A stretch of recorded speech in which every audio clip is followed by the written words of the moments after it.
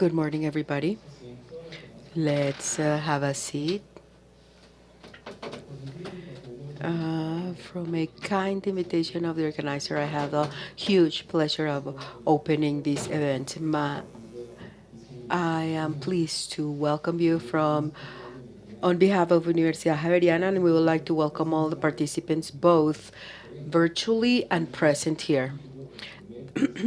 The name of the event is the first international course on integrative oncology as a tool to improve prevention, treatment, and management of the secondary symptoms associated to cancer. So we're going to start with the attendance of the following agencies. We have Dr. Heidi Garcia Orozco, the coordinator of the Cardiovascular and Cancer Integrated Health in Non-Communicable Diseases.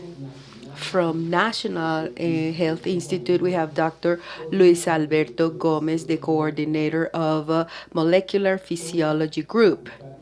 From the School of Sciences of Universidad Javeriana, Dean Dr. Alba Alicia Tres Palacios, and then the Scientific Director of the GAT program, Dr. Susana Fiorentino, who is also a Director of Immunology Group at Javeriana University. Now we're going to listen to a brief greeting from our honored guests, and I'm asking them to come up here.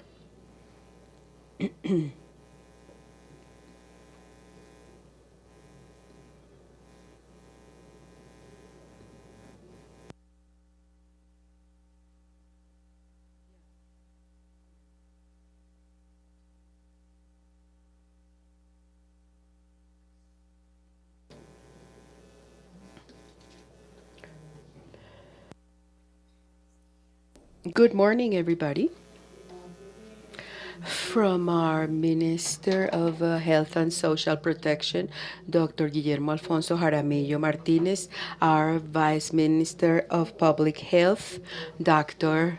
Jaime Hernan Urrego, from the Director of Promotion and Prevention, Dr. Joana Barbosa, and Dr. Maria Belén Jaimes, our Deputy Director of Non-Communicable Diseases. We would like to greet you all of you who are here, both present and virtually, and also the people that are here as part of the opening session.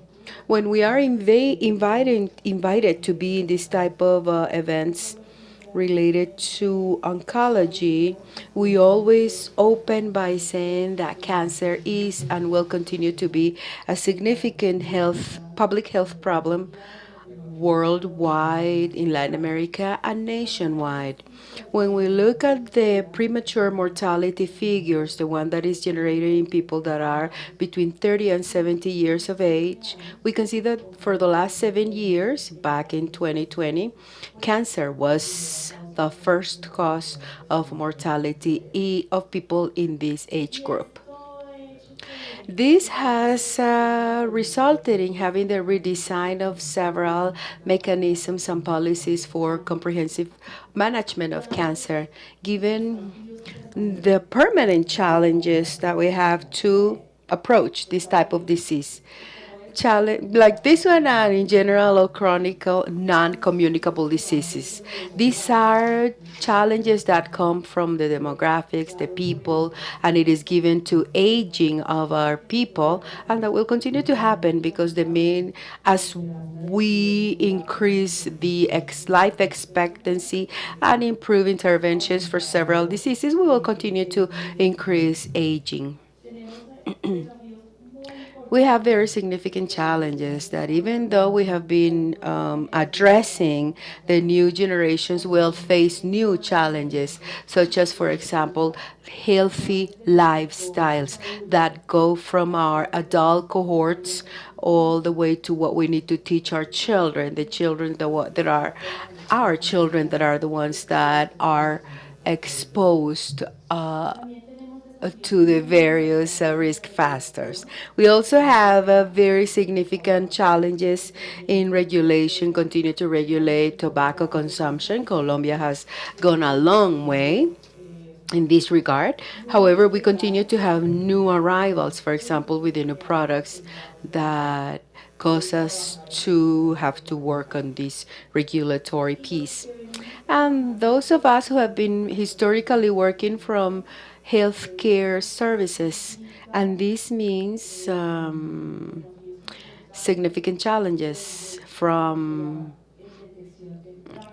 whatever goes from early detection to all the continuum of attention, ending in palliative care, but always persisting in what we always say, which is common in this type of diseases, which is fragmentation in service, in care, delays, and everything that we all know. And in this type of non-communicable diseases, especially in cancer, we continue to be using the traditional indicators to measure. We continue to talk about the increase in incidence, mortality, the low impact that sometimes we have when we measure over life. And this is thinking about the disease and how we can follow up and monitor disease. But it's been a while that we need to start changing this paradigm, to stop thinking about the disease, to start thinking about the people. How can we move forward, not just to think about the negative indicators, but also how to start thinking about well-being, quality of life, which is not easy to measure. We're talking about different type of scales and instruments, but comprehensive care makes us think that that's the way to go. And a course such as this one about integrative oncology is very close to what we have been mentioning from the statutory law. If we go to Article 15 or 1751, that says that how we should give this health care, and that the general system of social security in health needs to guarantee this fundamental right through services and technologies that are structured on a comprehensive idea, conception. And when we say comprehensive, it is not just from the pharmaceutical and the traditional thing that we've known all the time, but it also gives us like a gateway to all this type of integrative services, which also need to be included from the promotion itself of those healthy lifestyles that we have mentioned: prevention, palliative care, caring of the university and rehabilitation of the side effects. But we also need to remember about the call that is made by the act, and that is that all the technologies and services that are part of this attention need to be on the spot of being services and technologies that we need to guarantee safety, efficacy, clinical efficacy, and efficiency. But this type of integrative oncology is very close to what the ministry has been working on from the predictive and preventive model, that is vital and necessary to generate all the evidence and what the various research groups and those seedbeds want to show us and what they want to move forward in research and academia to incorporate this type of therapies. And this has already been part of the conversation of what we have been thinking about, the CAPS, which is the primary attention centers, where we talk about as an attention, a care circuit. And this care circuit, even though in CAPS it is on the most basic attention care levels, will promote this practice of integrative and supplementary practices that will include the therapies that we will see throughout this course, and how this can be integrated towards those well-being and quality of life concepts. This, of course, means very significant challenges such as training the human talent in health, recognize and be able to channel in a significant manner towards supplementing the treatments that people have with these integrative therapies. So our greeting from the ministry is to celebrate this type of initiatives and saying that we're all on the same boat and reinforcing the need to generate the evidence that these practices will actually contribute the well-being and the quality of life of our people. Thank you very much.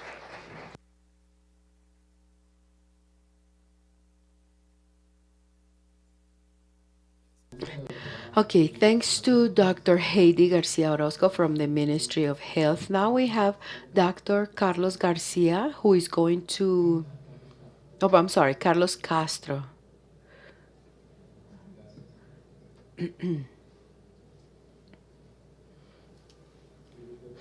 Dr. Carlos Castro, he is the former director of the Colombian League Against Cancer. Good morning, everybody. Having to talking in an integrative oncology event is, in fact, a big job because all doctors, all oncologists are really orthodox, and it's like we are almost like we have a closed mind when it talks about no things. And the traditional oncology, the big number of products that are effective to treat them come from nature. It comes from the interventions. But I think that we have a huge wealth. And I thought about the Pandora legend. When Zeus gave the box to Pandora, he said to her, "Do not open it." And Pandora, as a restless woman, just opened it, and all the bad things came out of the box except for one. Because when she saw that that was happening, she closed the box, and it was hope, the one that stayed there. So I think that in the world we have a huge, amazing wealth in the Amazon and in our forests. We need to investigate and research a lot of things with very big rigorosity, the academic, because what is the name of the fungus? The guanaba, and I don't know how many things that are around. It so happens that we are lacking scientific rigorosity for oncologists and doctors for us to understand that we have a very beautiful opportunity for the well-being of humanity. I'll tell you the rest of the gossip, the dirt, tomorrow.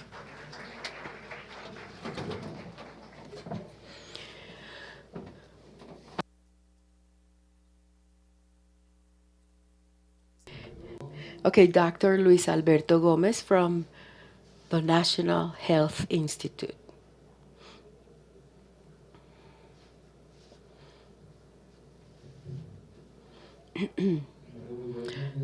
Good morning, everybody. Before I tell you the greeting from Dr. Giovanni Rubiano, who is the director of the institute.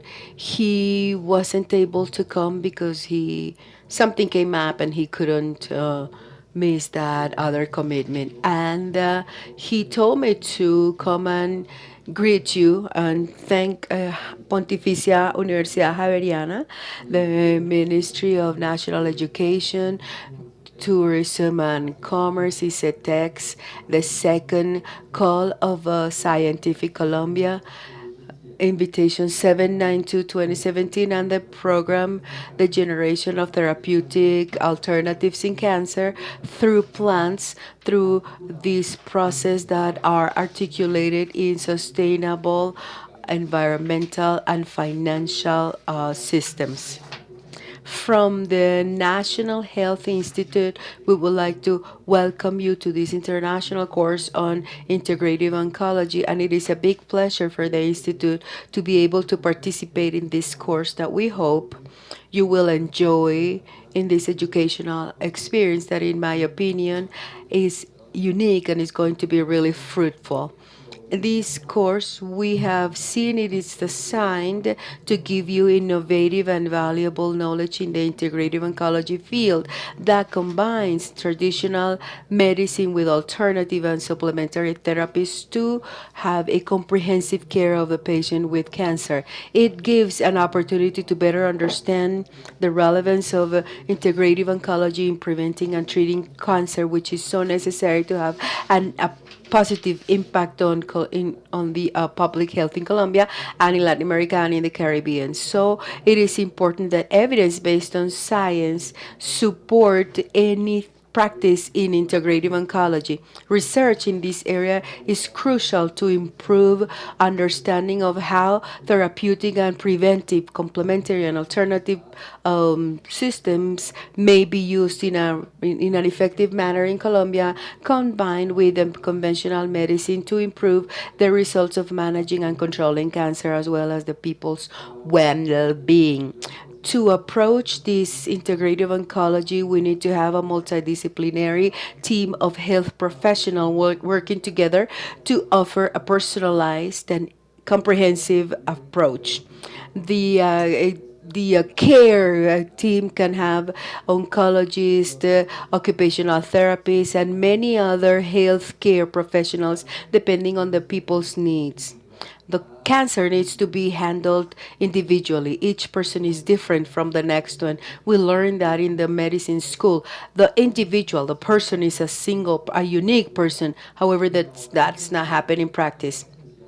Approaching integrative oncology, it is necessary to have a detailed assessment of the patients and continue and take into account his lifestyle, personal preferences, and medical history, so that a plan to handle that we will be able to design this type of plan to combine all these therapy so that we can approach the biopsychosocial aspects of a person. This is very important in the field of integrative oncology in Colombia and in other countries in Latin America. By approaching these topics with the participants of the course, we will be able to have a better understanding of the impact of health of cancer in public health in Colombia and the region, and the most relevant types of cancers, and how traditional medicine, complementary and integrative, can also be used with conventional medicine to improve prevention, treatment, managing the symptoms, and especially the quality of life of the patients.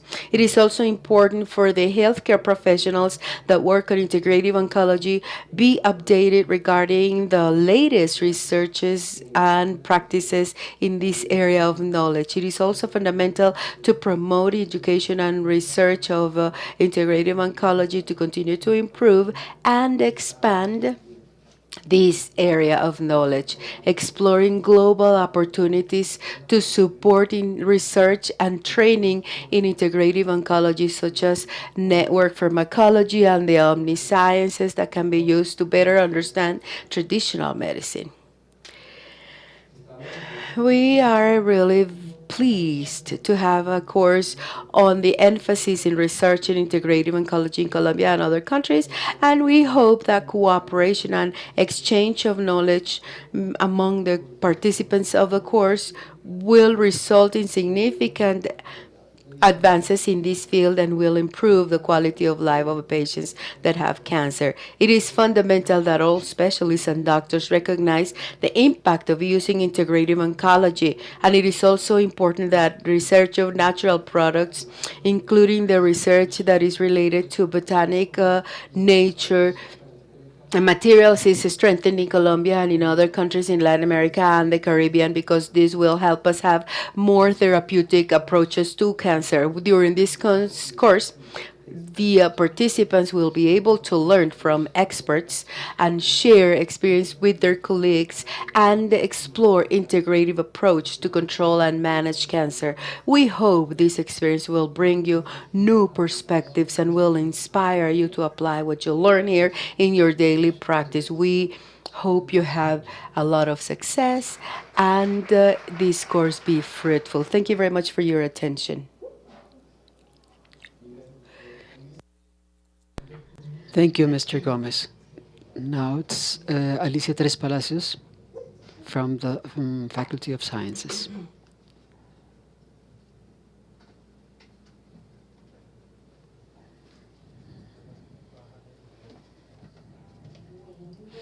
Well, good morning to all of you. For me, it's a real honor to have you here in Universidad Javeriana, our home, and welcome this wonderful group of people who will be participating in this course. Our conferences, our speakers, it's a world class with a great experience and who are willing to share with in researchers, professors, students, all of their experience in this interesting field, which is integrative oncology. I believe that today we have the huge responsibility of analyzing very well everything that says that can work or not. Without any doubt, there is a lot about ethnobotanic, traditional medicine, or ancestral knowledge, but something that I do want to highlight, which is our daily task and the approaches towards that direction, is the importance of validating the ancestral knowledge with evidence and science that really shows that what the peasant says or what people in the community say really works.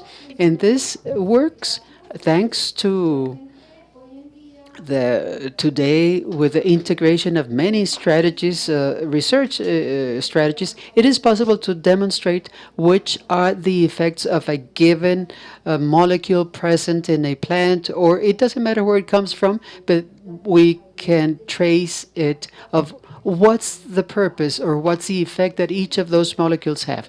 In that regard, for me, it's very pleasant to have the opening of this course, and I would like to recognize this special moment, the work that the GAT program immunology of Javeriana University has been developing for the last 20, 30 years. Right now, I would like to ask for a round of applause for Professor Susana Florentino. She's been a warrior in this country because she's believed that we can really generate a path, different path in Colombia, where we can produce our own drugs from our biodiversity, generating a development ecosystem where we integrate many actors, peasants, researchers, students,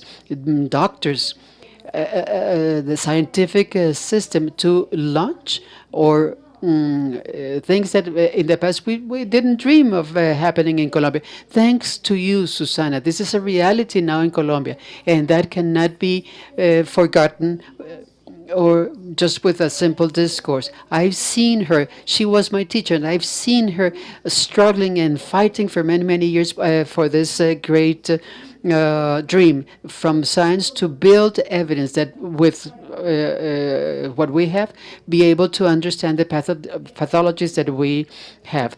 The mama cancer or the breast cancer, it's something that we've seen it historically different. We have different varieties there, and we can say this molecule works here, specifically here, and not against everything, because that's one of the paradigms that we have to break, that everything works for everything, that the given water works for everything. No, they have shown us a path to have hard science, to come closer to communities, to know their knowledge and be able to integrate it in something that it's solid, and that today allow us to integrate everything that is the traditional medicine with these supplementary strategies of to handling patients with cancer. As Dr. Haiti said, this is something serious. We have a greater incidence, higher statistics. I work with gastric cancer, and it's very sad to see how sometimes patients come to their last moment of their diagnosis with very little expectations of a good quality of life. So it's not only to think about prevention, the early diagnosis, the effective treatment, follow-up, and accompanying and support for terminal patients. All of that is our responsibility as researchers, as academicians, as members of the different ministries and health teams. So I do believe that this is a space. These 3 next days will have discussion spaces that I hope be very relevant to continue building roads and bridges that allow to take better care, everything having to do with cancer and patients that do have these pathologies, not only in Colombia, but as well as Latin America and the Caribbean. So, again, welcome to you, our home here. I hope this course is very fruitful for all of us, and I hope we can have you here in the next event. You will always be very much welcome, and I hope it to be very successful. Thank you for the Dean of the Science Faculty, Dr. Tres Palacios. Susana Florentino is here with us, Scientific Director of GAT and Immunology Department of Javeriana University. Well, thanks to all of you. Alba's words, I cry a lot, and I think she was wonderful naming me. I would like to recognize and acknowledge all the guests, Dr. Sally Group, especially for the organization of this event that started as a little course and ended up being something unique in its genre, and I hope this can be done in Colombia. This initiative is part of the GAT program, as Dr. Alicia mentioned it. This GAT program was financed by the World Bank by a loan given by the Science to support 8 big ecosystems around 5 big areas of development of the country: bioeconomy, health, food, energy, and society. We were fortunate to be one of the 8 ecosystems financed with $5 million and some others by the different institutions. Currently, we are 160 researchers that work in generating alternative therapeutic ideas. Javeriana University is the anchor home, and 16 institutions, public and private, credited and non, participated in this. Ministry of Science believed in this, and not for being very well known, it's easy. In fact, the making a scientific the traditional knowledge is something very difficult, because this is something that exists, is there, we see it every single day, and we think we don't have to give it any support. In the last 18 years, and especially the last 6 years of this program, we have achieved something that was the purpose of this.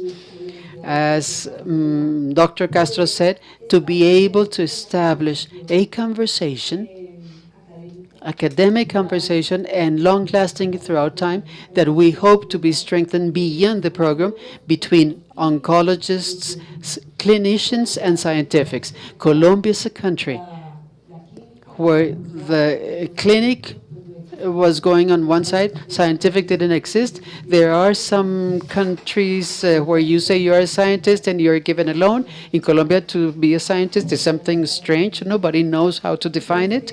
So one of the purposes of the program was to position science within the transnational medicine, to strengthen that communication between the basic and clinical, and to develop new alternatives within a framework of diseases, that it's not only one molecule that causes the disease, but a patient is the one that is ill. So the next step will be to be able to integrate other professionals of the health world to continue seeing the patients as the axis of our study.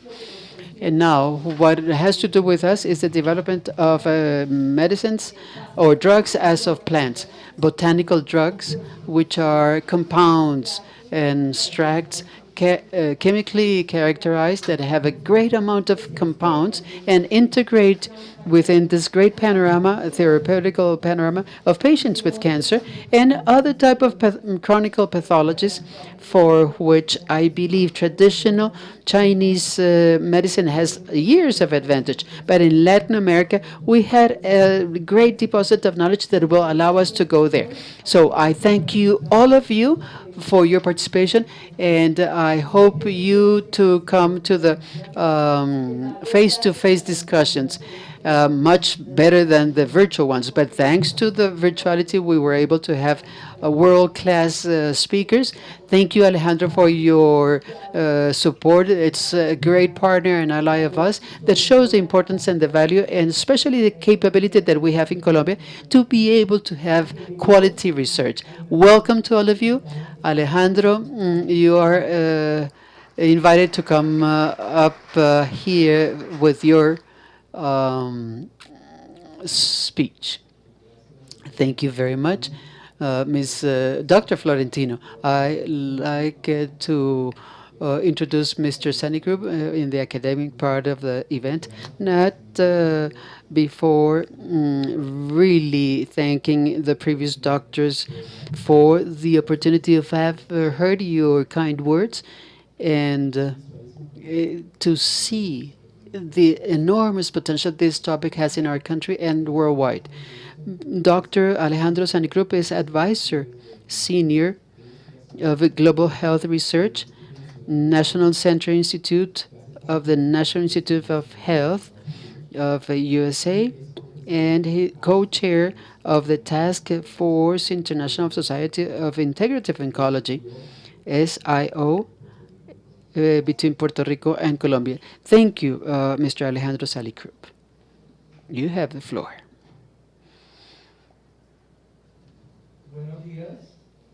Good morning, or good afternoon, or good night. It depends where are you listening from. We have some 500 participants right now, face-to-face and virtually, which represents a great joy for me. We will be discussing during these 3 mornings to be talking about integrative oncology, and we see it here like a tool for prevention as well as treatment and continuity of secondary effects of cancer that, as we've heard so far by the Welcome Committee, it's a disease or group of diseases which makes it difficult to be addressed. So we also have to have clear that thanks to the scientific progress, together with the doctors, we've been able to certain types of cancers, stomach cancer, etc., can be prevented. The breast cancer can be prevented and can be early diagnosed, which is an advantage. There's an advantage also that we can supplement with knowledge, not to isolate it, and precisely about that is this course about. This course has been planned for quite some months, and the idea is to have, as many have already mentioned, but it's important to understand the concept that we can approach cancer taking into account knowledge and traditional medicine as well as the complementary medicine and integrate it to what we call the conventional medicine or Western medicine, which is the one that we are more used to. It is important to note that the development that this discipline is having, and allow me to talk a little bit about that in a couple of minutes, it's due to patient requirements, not necessarily from the clinicians or scientifics, but it's the patients have brought that concern, and we, through our research, And I will give you a very specific example when we were working on Amazon of what happened, what motivated us to try to understand and better support oncology, the integrative oncology. So I believe that's very important. We had several months planning it, and we were very fortunate that we have world-class speakers from hospitals and oncology hospitals from USA, from the WHO and Europe, and International Research for Cancer, as well as highlighted speakers and important people from Latin America and the Caribbean. Before going on, I would like to really thank Universidad Javeriana, specifically the School of Science and the GAT program for supporting us in this initiative, especially to my colleague and friend, Dr. Susana Florentino. It was very interesting to have had worked together on this. As in many things, there are things where we were in agreement, some others that we didn't. But the important thing, especially when we are working on a scientific program, is to talk and see how can we integrate different perspectives and viewpoints. So thank you very much, Dr. Susana. And with regards to the topics to be discussed, I will not read all the list, but I do want to tell you that we are going to be talking a little bit about cancer in Colombia, as well as cancer in other countries around the world. We will start by talking about the integrative oncology, although we already have some ideas of what we're going to be discussing.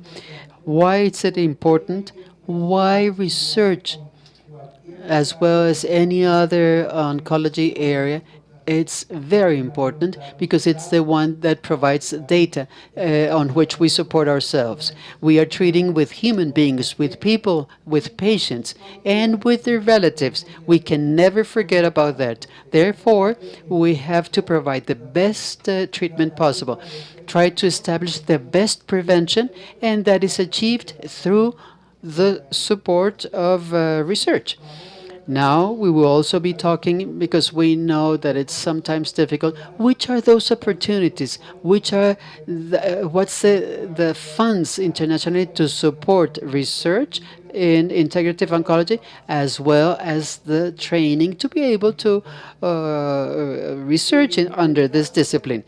Cancer at global level, well, according to the WHO, states that there is between a 30 or 50% of the deaths that happen internationally are due to cancer.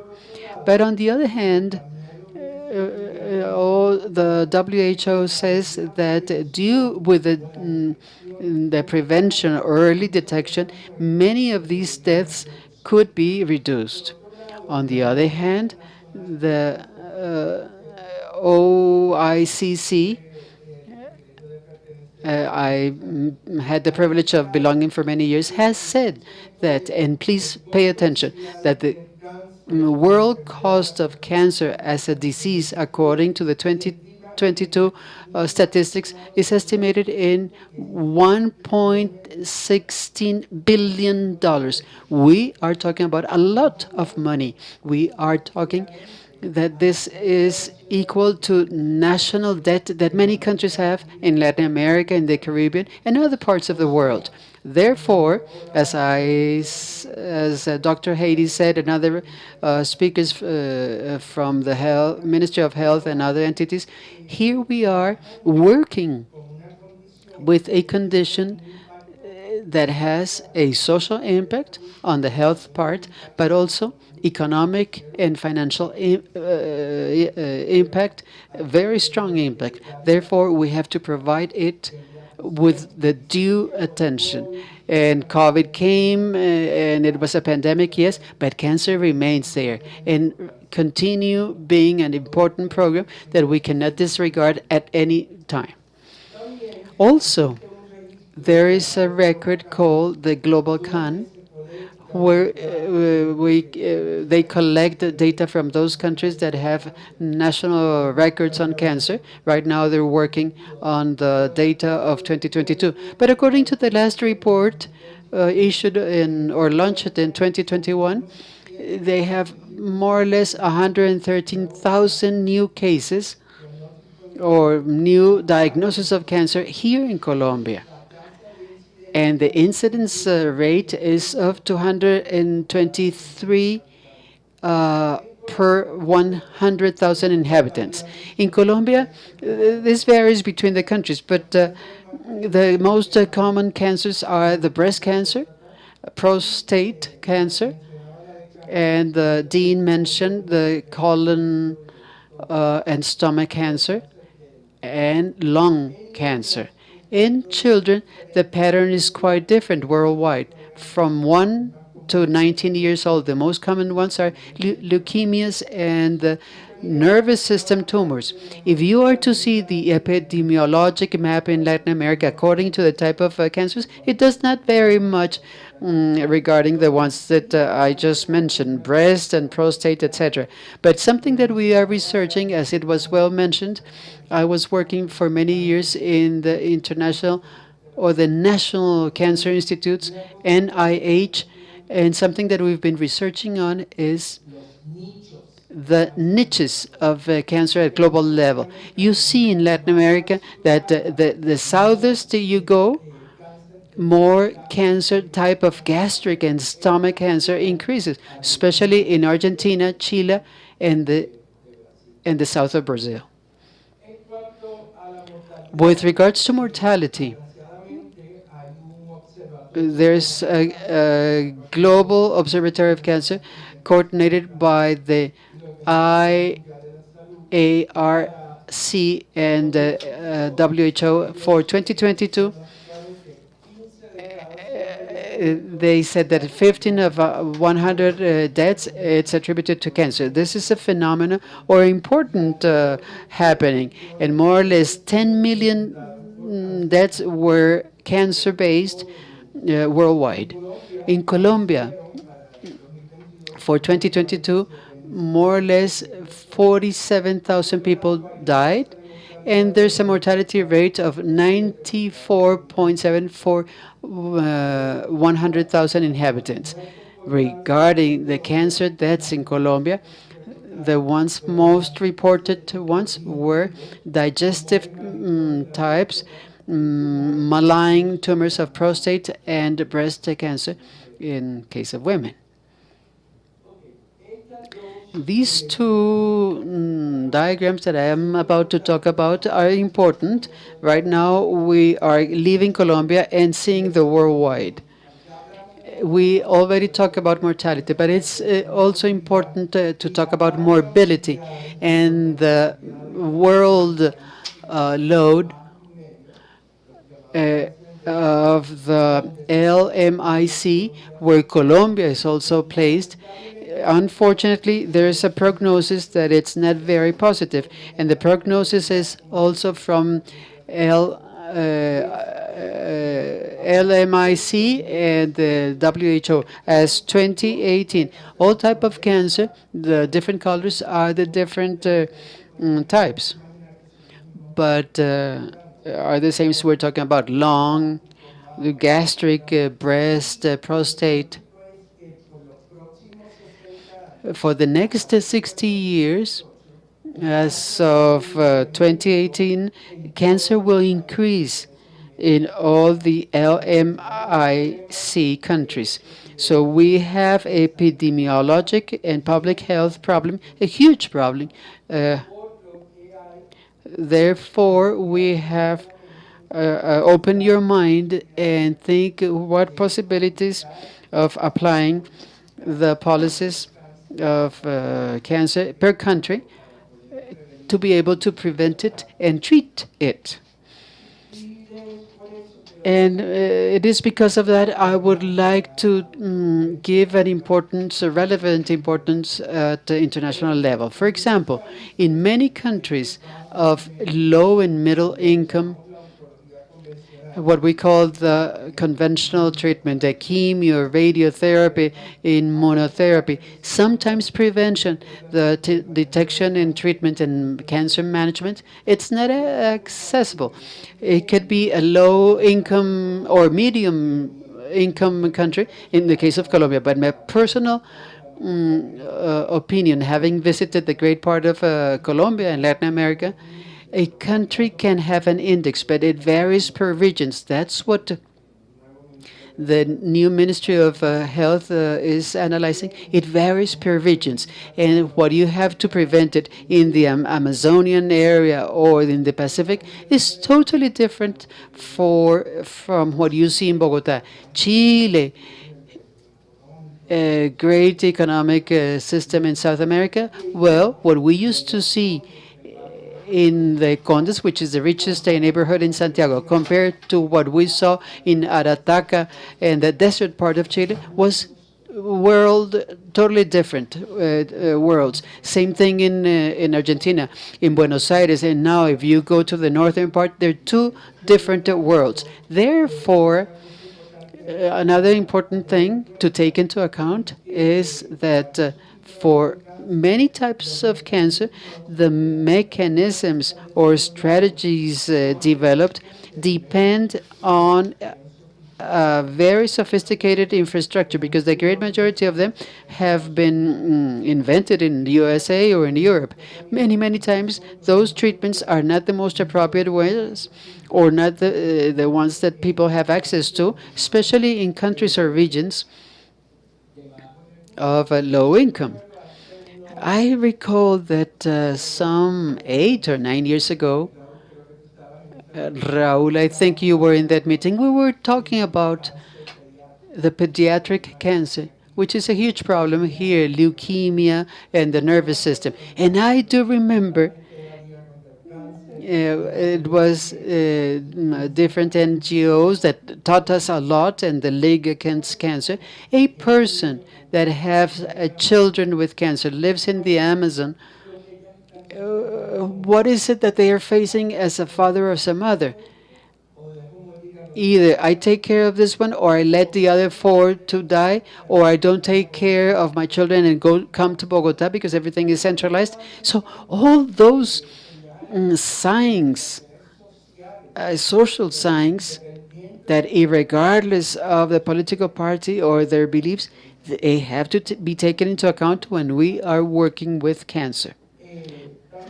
Also, on the other side, and apparently, it's important to let you know that many countries in Africa, Asia, Latin America, the Caribbean, there's a huge population that comes to the traditional medicine as well as to the supplementary, complementary medicine. On the other hand, and as it was well stated by Jose Luis, the collaboration between oncologists, conventional doctors, and those who practice the traditional medicine or supplementary medicine, it's still very small, very little, very few.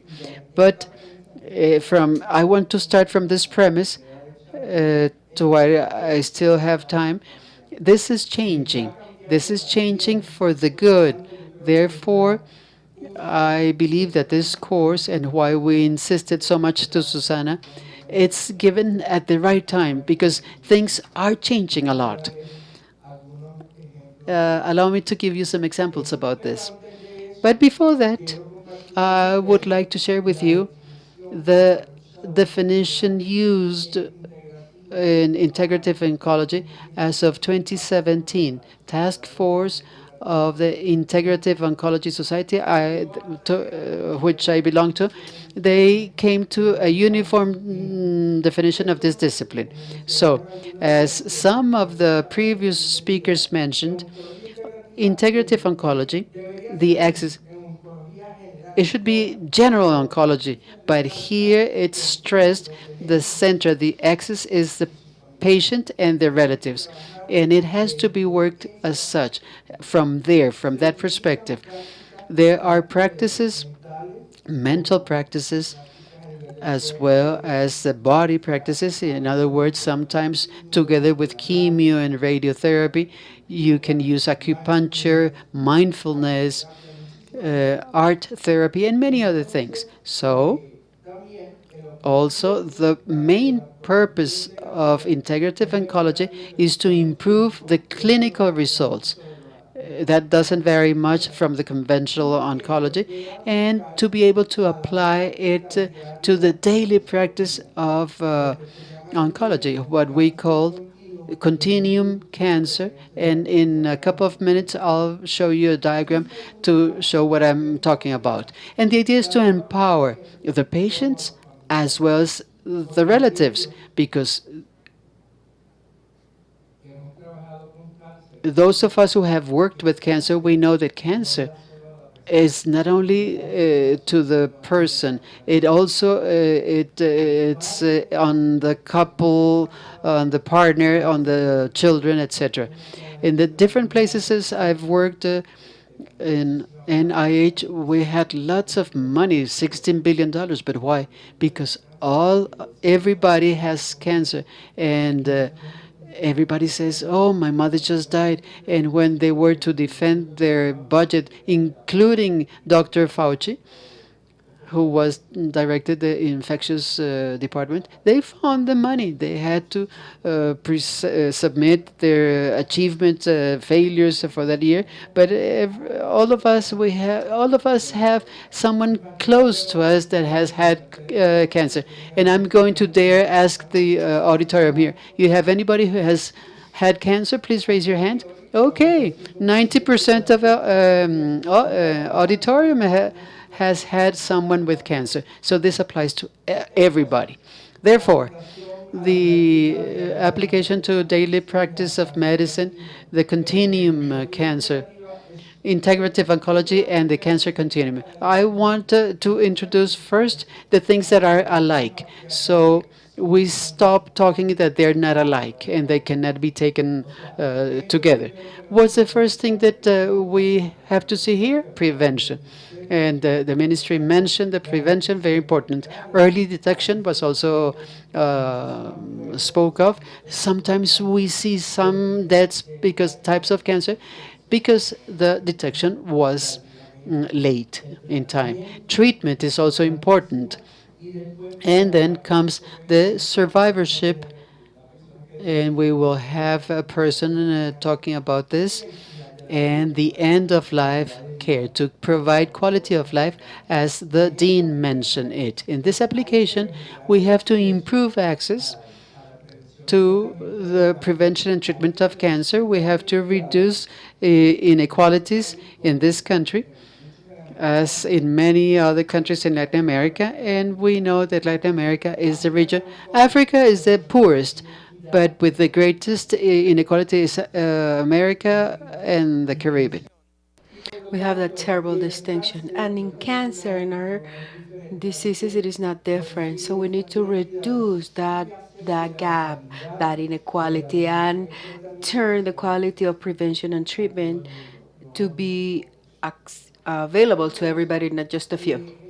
So now, regarding application of integrative oncology to the cancer continuum, we are taking into account the fact that the advances in integrative oncology take into consideration through research, because it is primordial, what they find, the different experts regard, for example, in clinical area, basic indication, research area, and they allow to improve the quality of life.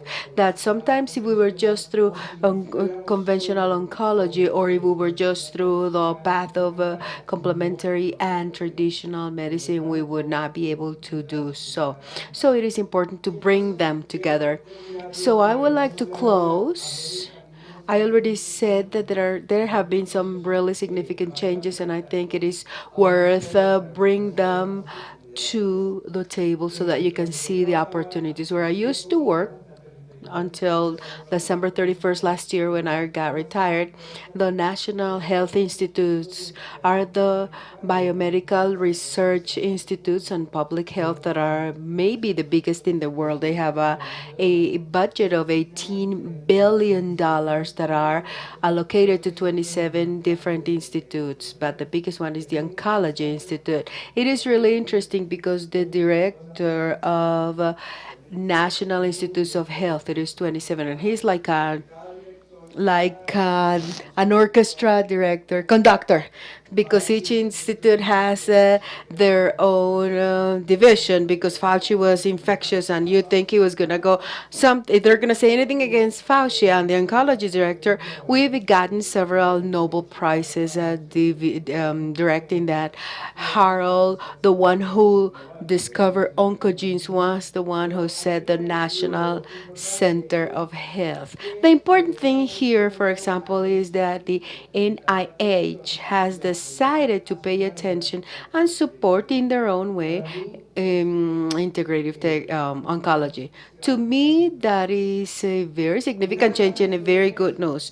And one of the reasons is that in the oncology area, and why Dr. Barmus, besides being a Nobel Prize, got that is that cancer, as any other disease, does not belong to just one region.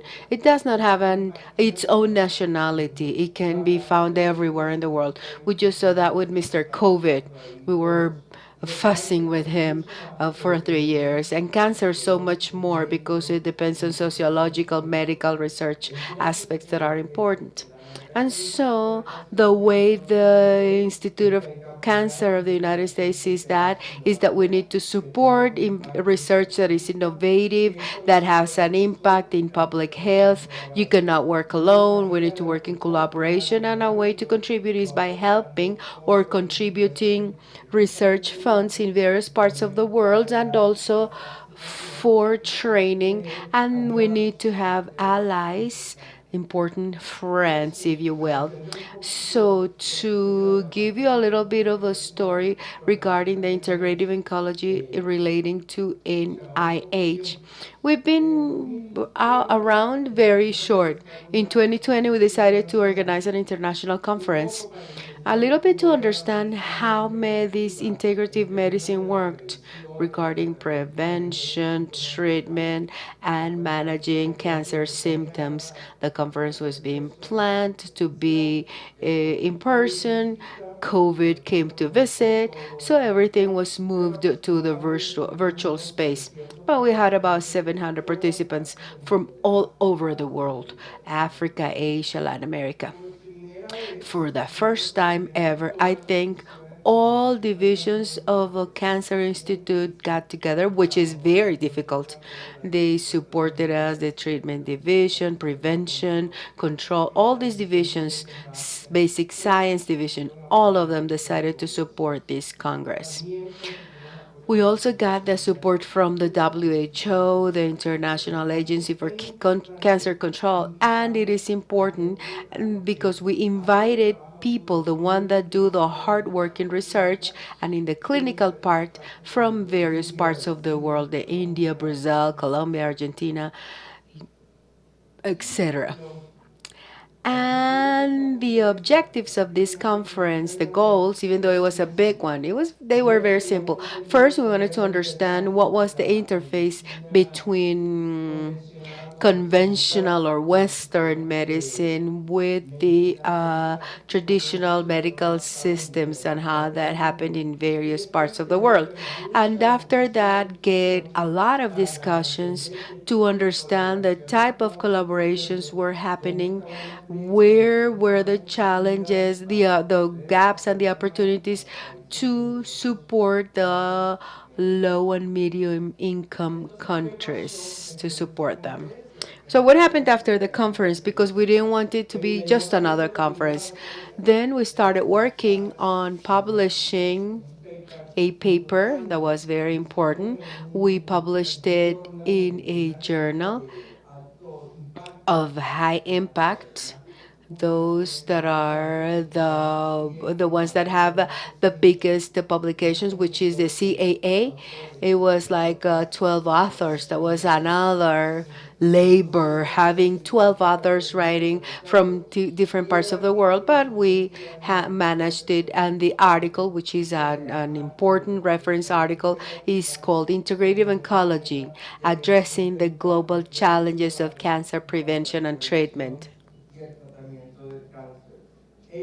This paper is important because it talks about different, it addresses different topics from the research, education, the clinical practice, the policies, and the impact of integrative oncology worldwide. We also continue to move very quickly because we got through the director of NCI and its council an approval of $1 million to invest in research in integrative oncology. We started this back in 2020, and in 2022, there was a program that was published just as any other NCI program.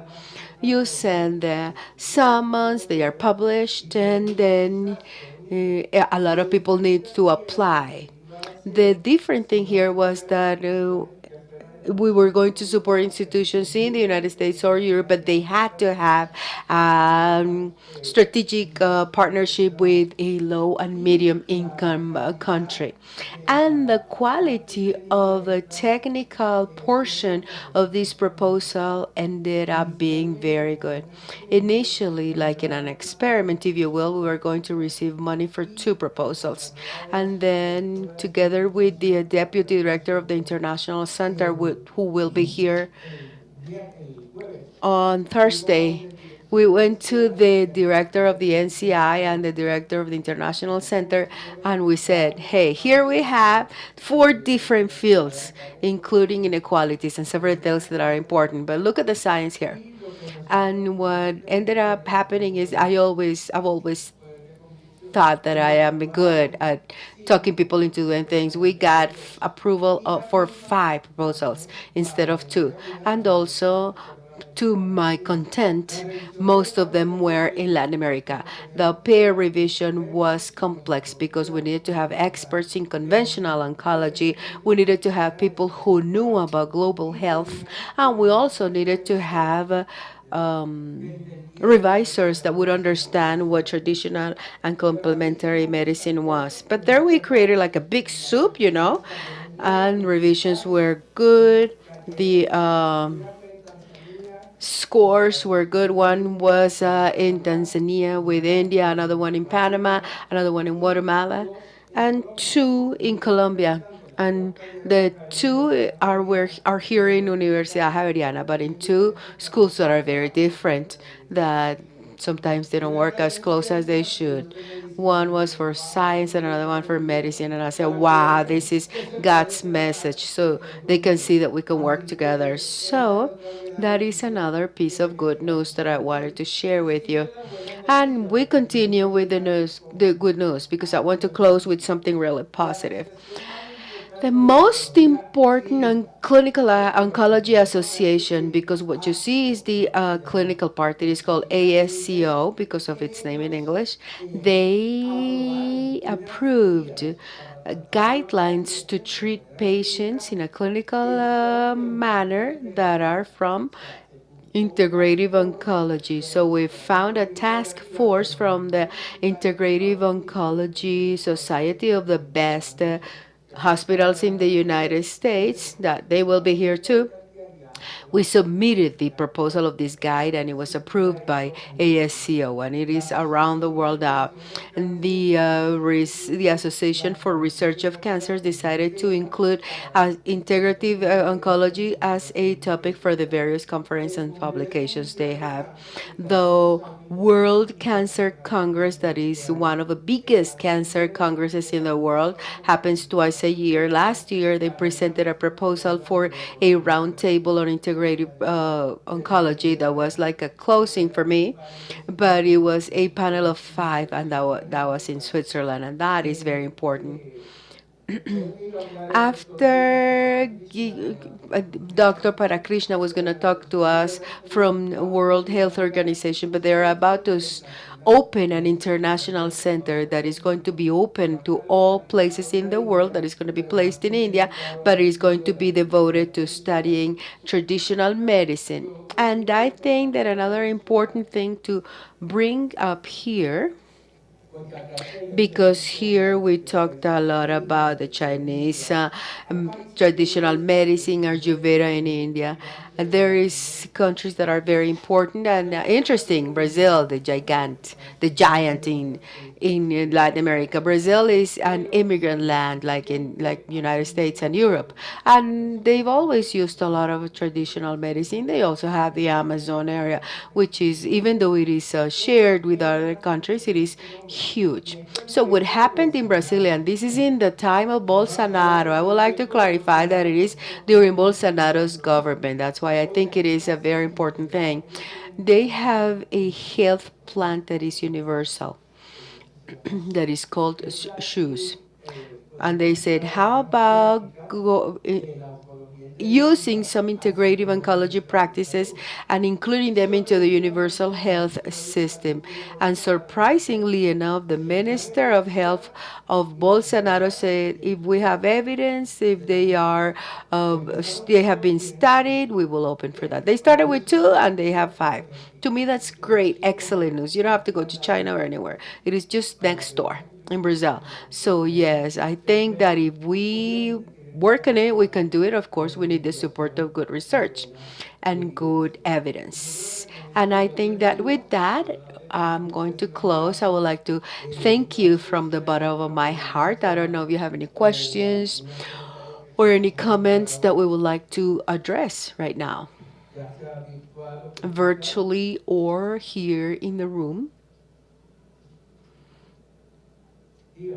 Yes, go ahead.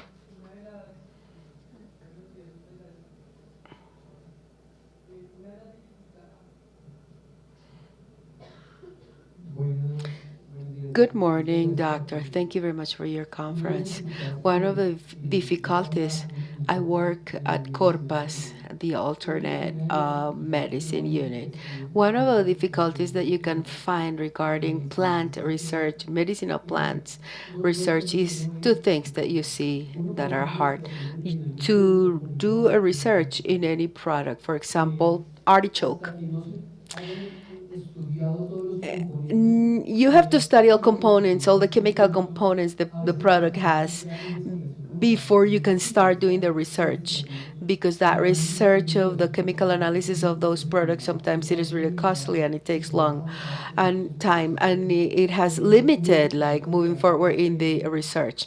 So one of my questions is, how much is the scientific community willing to accept the chemical components of artichoke instead of just an individual product of artichoke, which might be the most important one. And the other thing is that many of these products that are used by the regular people, going back to artichoke, but when we go and look and we do clinical research, and not until we have run the preclinical and in vitro research to look at safety, that takes a while so that we can have some scientific evidence before we can do that. So that is those two questions. How much is the scientific community allowing to run clinical tests, kind of going over the preclinical test of those products that are commercially sold? And the other thing is at the level of the analysis of the whole thing and not just one part.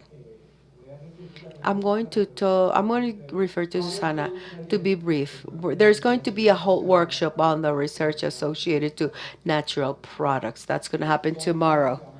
We're going to have people from abroad and from Colombia. Investigation of natural products is a little bit more challenging because of what you just said. Because if we take that based on a molecule or the whole thing, and I think that your comment, yes, we are having clinical tests, trials. They're good, but we cannot go over the preclinical part. Let's go to the clinical trial without having the preclinical ones. That's not going to happen. I've worked on research all my life. That's a big no-no. You cannot do that. In the traditional Chinese medicine that we have a lot of agreements with in different parts of China and Ayurveda, from the beginning, it was agreed that we were not going to go over any of the steps of the research, even though these agreements are signed with the prime ministers and there is a whole political pressure. We said these were scientific agreements, not political agreements, and that's why we have to do it. Susanna, I don't know if you want to have say something. Yes, I would like to say that developing botanical medicine follows the same path as the synthesis medicine. That is important to know. The second thing is that we use a technique that is called reversed pharmacology that makes it faster. We know that a plant is good for something, then we go backwards. We have to do the whole chemical characterizations, and it used to be. It used to take a long time. Now, thanks to GAT, we can do that in a month. Fourth, all preclinical regulatory trials, pharmacokinetics, and pharmaco uh, characterization has to be done. GAT has to do it. That is the continuation of the Scientific Colombia program. Yes, we need to get to the clinical trials in Colombia in San Ignacio Hospital. We are running this type of double-blind control inscribing clinical trials with complex botanical medicines with breast cancer and pancreas cancer, with all kinds of cancers. So we hope that, say, in a year and a half, we can have the first botanical medicine produced in the country with international standards. But your question was very good to approach this, address this. Very good response. That's another good answer. Good news, right? Good news. It is important to say that Dr. Fiorentina was one of the people that received the big CINIH. And as I said, this was a peer revision. I set the program up, but then we took a step back, and then we don't have anything to do. We just go through scores, qualitative part, and comments. Yes? I wanted to reinforce what has been said about the importance of all the preclinical trials and the safety trials. We cannot skip that. But because if we do that, then we are going to damage all the information that we might have there. There is something that has to do with administrative infrastructure of the country to move forward in science. And if we all have lived the situation of submitting a research project and then having to wait a year and then be on a wait list and then another year, you wait to receive the money, we are never going to be able to be competitive and innovative enough in Colombia while the project funding structure continues to work the way it has worked so far. Something that I do think we need to set forward, maybe with Conciencias, is change the funding, the way to fund the projects, so the ideas can be developed quickly. I had the opportunity to do a part of my doctorate in the United States, and I received a credit card with some reactive dispensers, and I could do anything I wanted at night. You cannot do that here. That does not happen here. And I think that's the way for us to go, for our researchers to actually be able to work faster, and that is just administrative, a matter of perception, how the funds are given for research. And I think there we have an opportunity as a country to move forward so that the ideas of our researchers can quickly be developed, as happens in other global scenarios. I think that is fundamental. Also, it is also, I think, very important in the case of the ministries that both the Ministry of Health and the Ministry of Science try to find where they complement each other and they could work together. We are going through difficult times where we have economical pressures all around the world, but if we worked hard, that is an important way to achieve that. We've also emphasized here is that we can have a lot of students that were registered. And we have students from biology, biochemistry, and also from medicine. And I think it is very important because that is the generation that is going to move this forward into the future. And this conversation is just starting. Do we have any other question or comment before we give the floor to our next speaker? Okay, so are we ready? So my pleasure now is to present to you a friend and co-worker of many years, that is Dr. Gita Gopalakrishna. And Gita has been many years in the World Health Organization. I don't know if many of you know that WHO has an area of traditional medicine and integrative health, and they try to coordinate with all the regions of the world at the Latin American level, the Pan American Organization of Health, which is so in the early stages, but they have something. And they are about to take a big step, and I'm sure that Gita is going to talk about that because we're going to have an international center to study traditional medicine using money of the WHO and also from the Indian government, but it is open to everybody. So, without further ado, he's going to participate virtually. He will be speaking in English, but we all have access to simultaneous interpretation. So the floor is to Dr. Gita from WHO. Bienven- Bienvenido, Gita. No tiene sonido.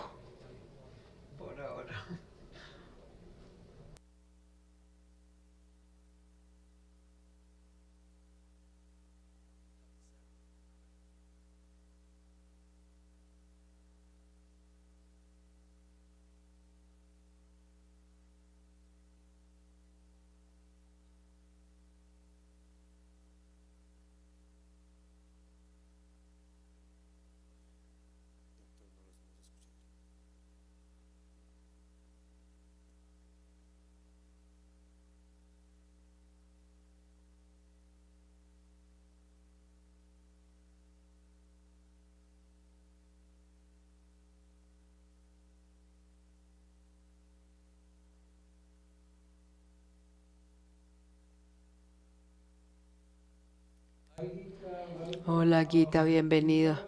No lo estamos escuchando. No, no lo estamos escuchando. Si usted puede, por favor. ¿Ahora me oyen? Sí, ahora sí.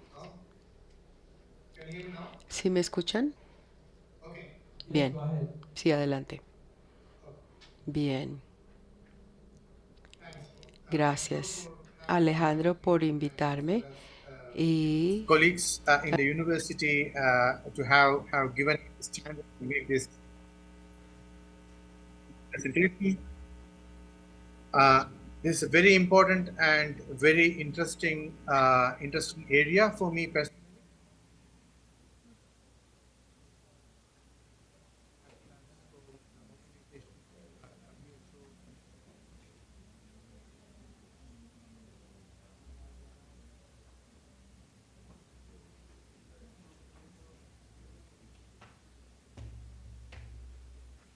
Hi Gita, we were hearing you well, but suddenly we cannot hear you.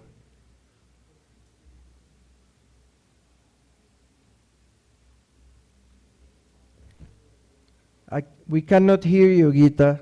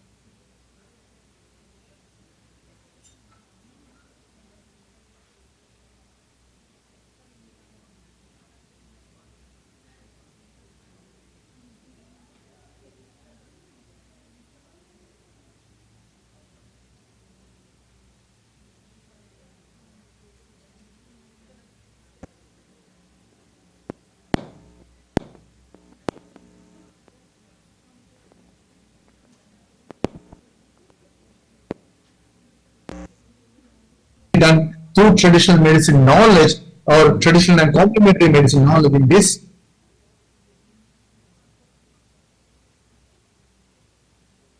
The global cancer burden, problems with aging population and lost opportunities in palliative care are something very important. Growth of aging population also factors into the rise of cancer globally. Tratamientos de cáncer a nivel global. Intersection of aging En and la cancer sección survivorship de can be envejecimiento, particularly difficult to navigate for particularmente people puede ser affected by básico para cancer. navegar con las personas, pues para Despite estudiar las personas que aging and están cancer, siendo come afectadas together por el cáncer. difficult to achieve. And despite progress in supportive care for survivors, there are huge gaps, especially in management of anxiety, pain, fatigue, insomnia, neuropathy, and cognitive dysfunction. Early integration of palliative care, which is considered an essential component of universal health care by WHO to improve quality of life, is also more easily accessible.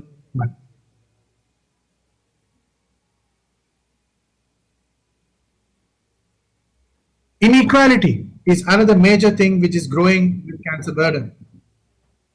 Like low middle income countries have not satisfactorily enforced the measures identified WHO Framework Convention on Tobacco. 80% of global populations live in low middle income countries. HPV infection was responsible for hepatocellular cancers, whereas coverage at birth with HPV vaccine is 40% less globally, especially in low middle income countries.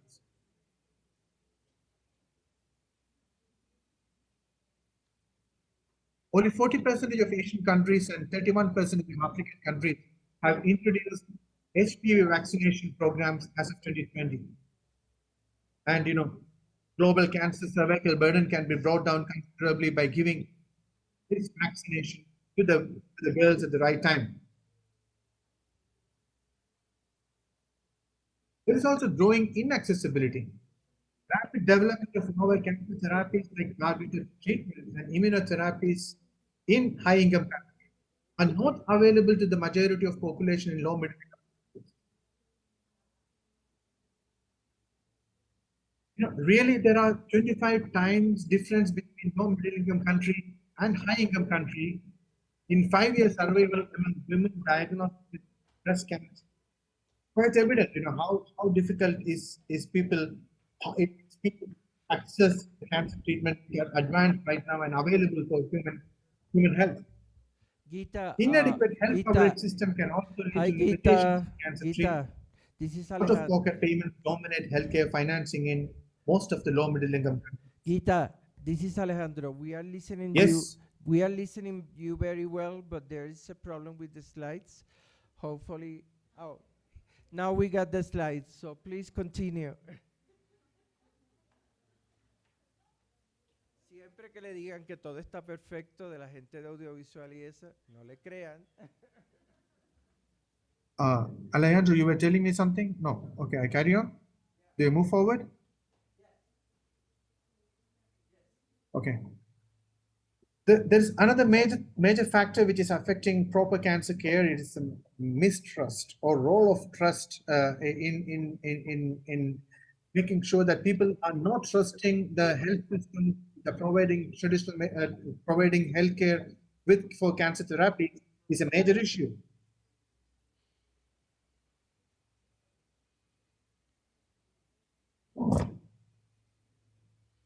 The fact is, patients have been using culturally salient, lower cost traditional medicine practices such as acupuncture, yoga, meditation, and herbal medicines along with their cancer journey. Collectively, these modalities are classified as part of complementary and alternative medicine. Since 2002, World Health Organization has encouraged the use recognition and implementation of complementary and integrative medicines in national health systems at all levels: primary care, specialized care, hospital care. As an adjunct, many of the high-income countries use traditional medicine, whereas traditional and complementary medicine is considered as primary health care in low-middle income countries such as Brazil and rural India.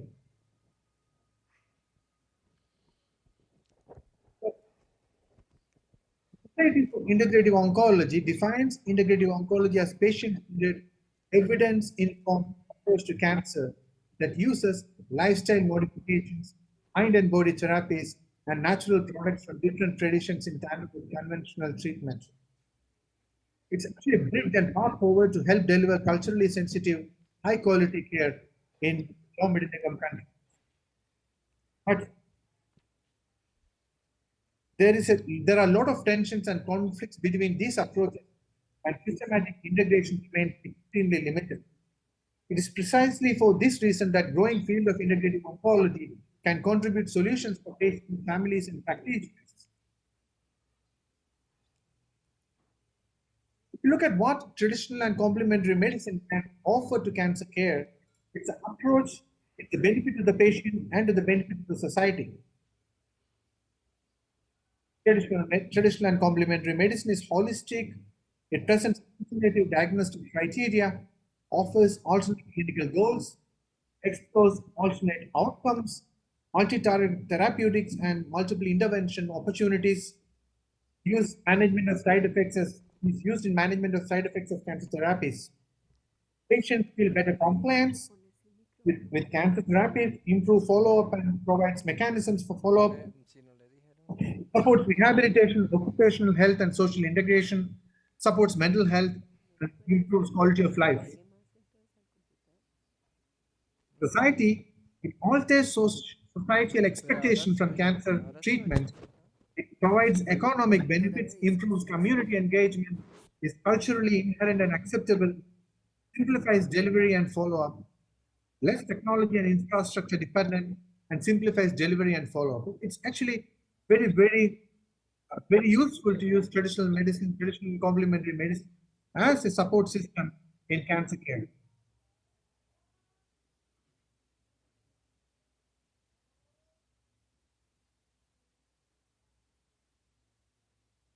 We have to look at what is happening across the globe. Like for example, some very good examples exist in China. In China, they have used integrated oncology in departments with China's hospitals in conjunction with conventional cancer treatment. Very wide. Traditional herbal formulas and traditional Chinese medicine cancer drugs are listed in Chinese National Basic Medical Insurance Drug Catalog. 75 to 80% of cancer patients in China use traditional medicine. Government and industry have invested very much into the basic clinical and outcomes research of traditional medicine in cancer care.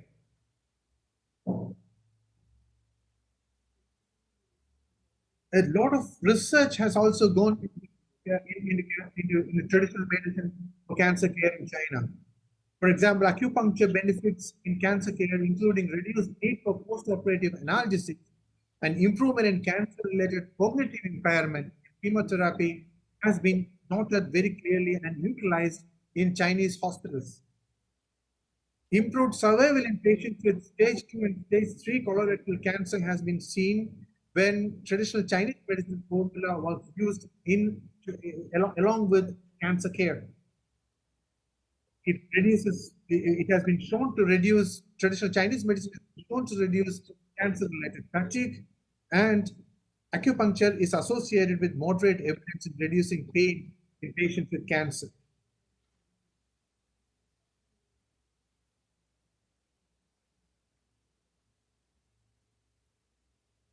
There are examples in India.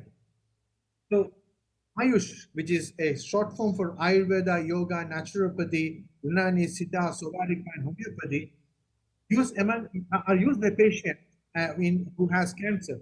24 to 39 percentage of them are used. Among these patients who use traditional medicine, 24 to 39 percentage use Ayurveda.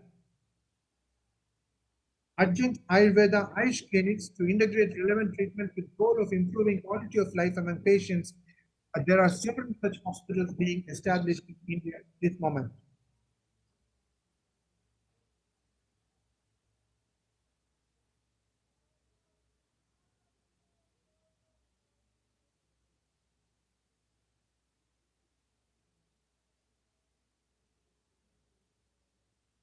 Research of Ayush and cancer is predominantly preclinical.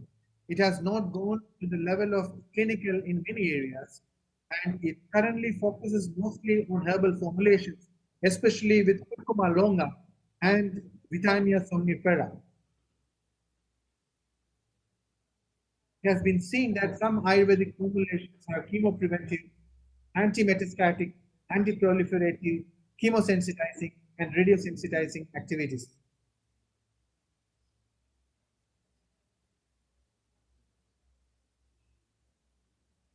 For example, a small study in patients have shown that someone Ayurvedic formulation can reduce adverse events such as vomiting, mucositis, alopecia, etc., when used as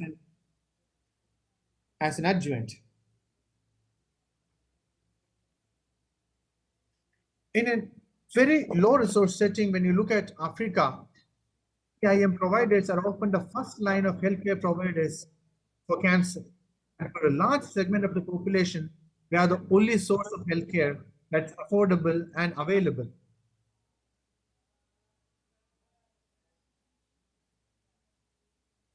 The use of use of herbal medicine for cancer treatment by patients in Africa approximately 40%, the highest in all continents. Because of limited conventional treatment options, many patients with cancer receive herbal medicine alone as monotherapy. For these patients, the traditional complementary intervention provides symptom relief and choice until death. Therefore, in the context of Africa, we often find traditional medicine as the first line of treatment of cancer, which is accessible and is introduced as soon as the disease is identified.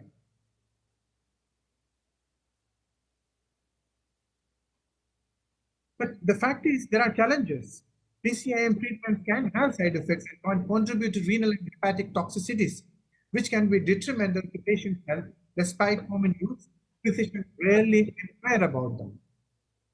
Considering the drawbacks and the extensive exposure of the African population to traditional complementary medicine for cancer management and care, it is essential that well-defined and focused clinical and experimental investigations are conducted.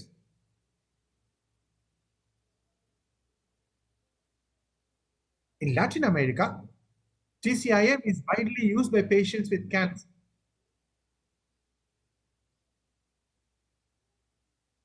It's estimated that between 50 and 90% of adult or pediatric patients with cancer use traditional medicine.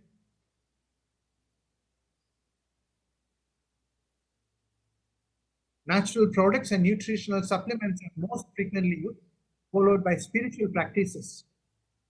More recognized mind and body therapies such as meditation, yoga, tai chi, acupuncture, massage, music therapy, dance therapy, mandalas, and horticulture therapies are also used across Brazil, Argentina, and Chile.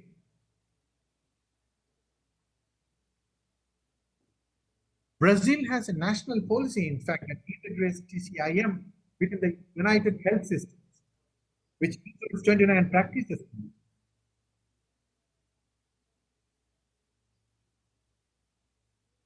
In Argentina, like there are hospitals which use a TCIM in clinical settings with medical recommendations for management of leukemia. In Chile, there are integrated Western and hospitals which use integrated Western and conventional therapies to patients with cancer care.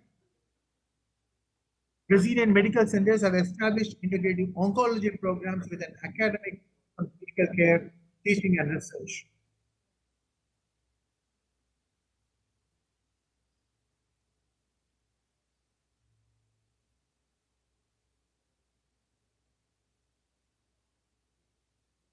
Almost all research is preclinical involving plants. Several native and exotic species of Anonaceae, Lawrenceae, and Lamiaceae have been extensively studied.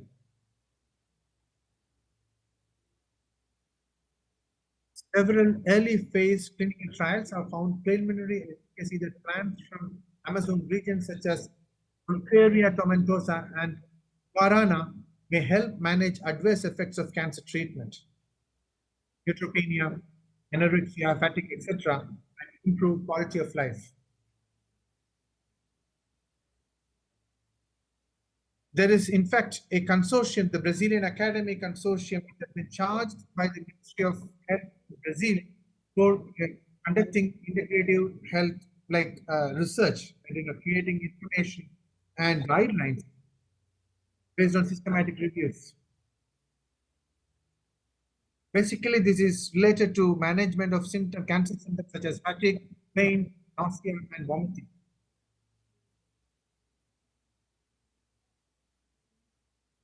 Official recognition and implementation has been the major challenge. Um, it has been mixed across the whole continent.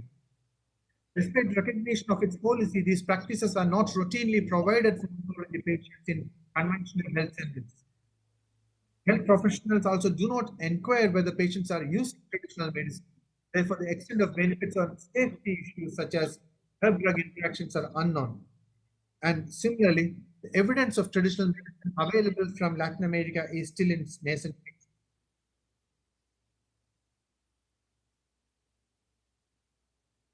There are enough evidence, there is considerable evidence on benefit of lifestyle management in integrative oncology. We are sure that global cancer epidemic cannot be overcome with treatment alone. Billions of dollars are invested in precision-based treatment, early detection, etc. But lifestyle modification remains the cheapest and most effective method to reduce the incidence of cancer. Promotion of healthy lifestyle is a key component of integrative oncology and a critical component of cancer prevention.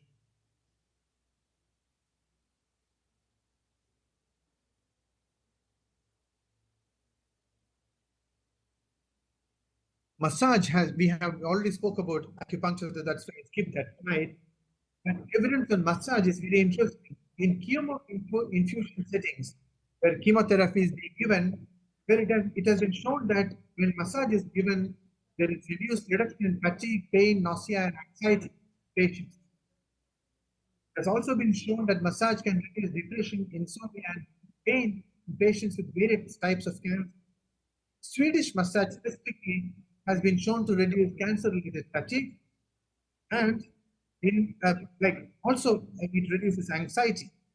Lymphatic drainage massage reduces lymphedema and prevented secondary lymphedema also.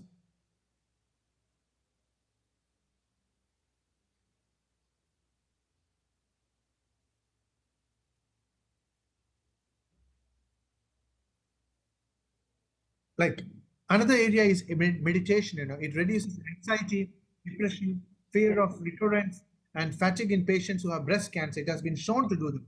Also improves sleep, quality of life, and psychosocial adjustments in this population.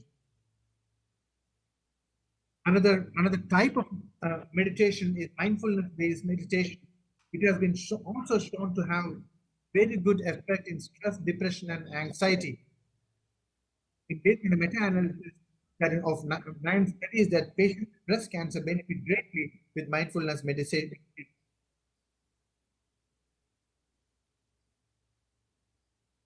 It also improves depressive symptoms, it reduces depressive symptoms. Mindfulness awareness practices, but not survivorship education, improved fatigue, insomnia, and vasomotor symptoms in a randomized controlled study done on 247 young breast cancer survivors.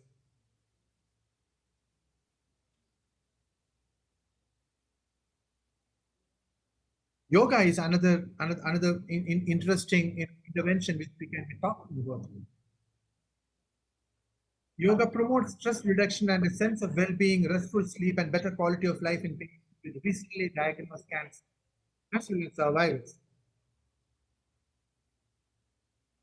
It improves social functioning and psychological symptoms and reduces stress and fatigue, as well as it improves sleep quality in a very meaningful manner. Natural products are another interesting area. Many patients are interested in taking natural products, and there is a high rate of patients who take supplements, herbal supplements specifically, or than in the general population. In fact, 1/3 of the cancer survivors support the use of like supplements.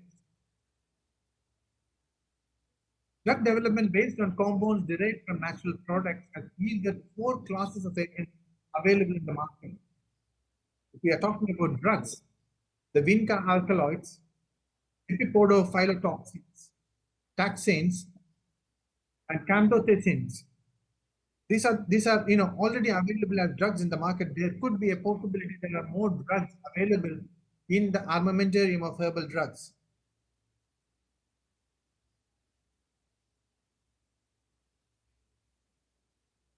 The challenges with natural products is the potential herb-drug interaction with chemotherapy, immunosuppressant agents, anticoagulants, and hormonal therapies, all of which are used in cancer care. Another fundamental problem is the quality of herbal products and the lack of robust clinical evidence. Consistently formulating product is a very difficult thing, and the content of standardization of standardized marker compounds thought to be responsible for medical benefits can can range from high to non-existence. It can even change with different batches of the same product. Another problem is regulation, classifying herbal products as dietary supplements. For example, in the United States, as herbal dietary supplement has facilitated their haphazard use and does not help address a question on efficacy and safety. Another problem in research is lack of patent protection, which therefore does not provide financial incentives for industry to conduct clinical trials.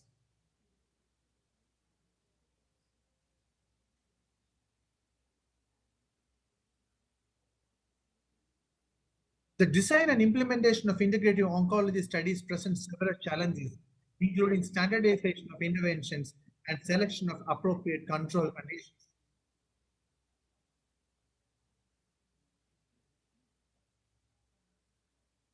To simply put it, it's difficult to blind patients to group of assignments when testing the impact of an integrative therapy. This especially in critical in symptom intervention research when outcomes of interest are subjective and prone to placebo effect.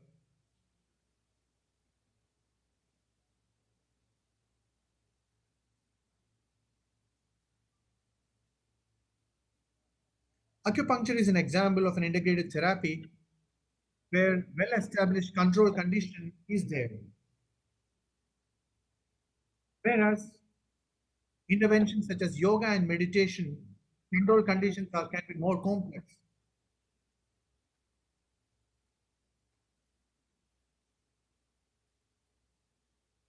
Intervention or standardization of interventions is also a challenge for integrative oncology research. By definition, integrative therapies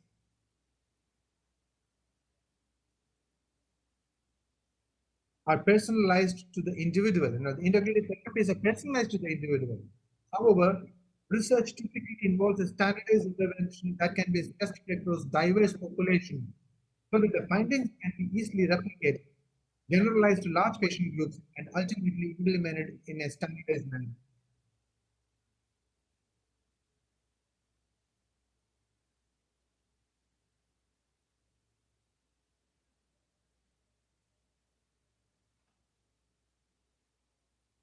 Opportunities, therefore, are tremendous. Careful development and pilot testing of treatments are needed before launching clinical trials to refine intervention components, optimize dose, frequency of delivery, and factors for individualization. We could develop novel research methodologies, whole system approaches, etc., which are needed to explore individualization of traditional complementary medicine interventions. Also extremely important that we develop the human resource skills who can implement these studies. In fact, traditional medicine practices exist in culture and health systems of low middle income countries. Therefore, real-world research using surveys, electronic medical records, and qualitative mixed method research can help uncover disparities in utilization, expectations, and motivations of patients with cancer. We can also identify barriers related to traditional complementary medicine and conventional medicine use.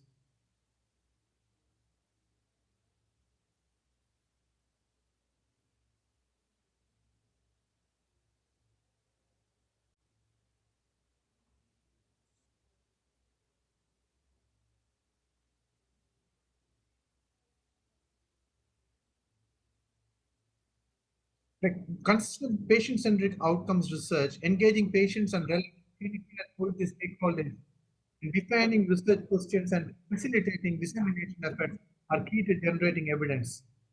What really matters is what actually matters to the patient in a specific cultural and societal settings.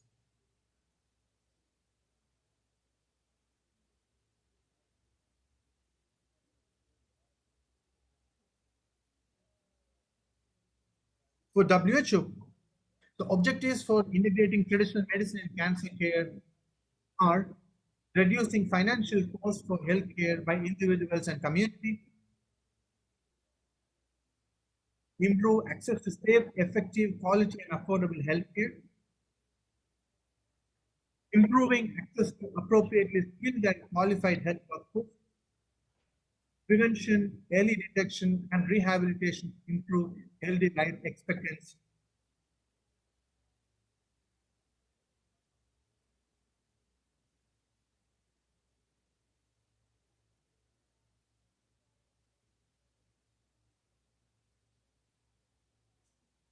As you can see,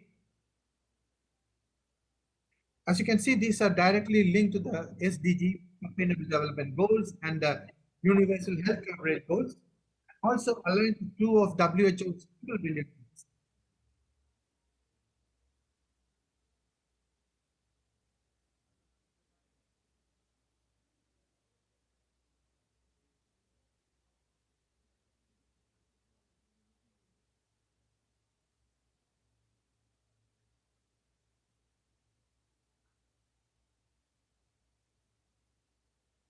WHO the body provides global leadership in setting the agenda for traditional and complementary medicine. That's one of the major strategies which WHO has. That's the method is to create global strategy through which the integration, the research, and implementation of traditional medicine programs are undertaken by member states. WHO also helps in creating international global networks, such as the International Regulatory Cooperation for Herbal Medicine, classification and qualification of traditional and complementary practitioners, and, and also recently, specifically for research, WHO has set up the Global Center for Traditional Medicine. It aims to set up scale up capacity of WHO in evidence, data, sustainability, and innovation.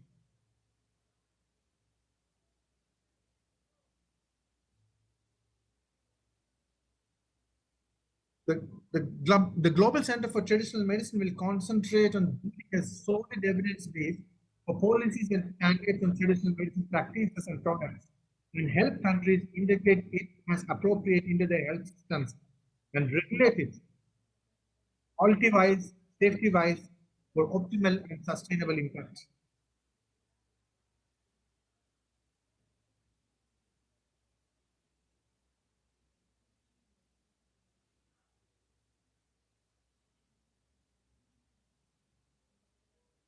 The specific areas are evidence and learning, data and analytics, sustainability and equity, innovation and technology.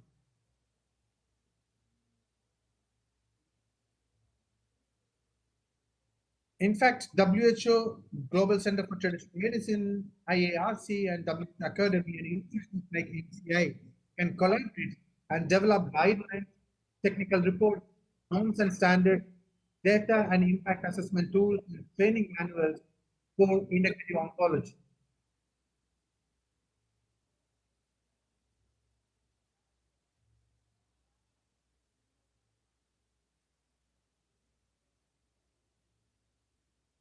Thank you so much.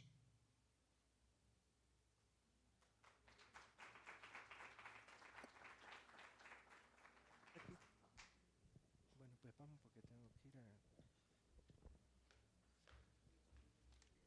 Bueno,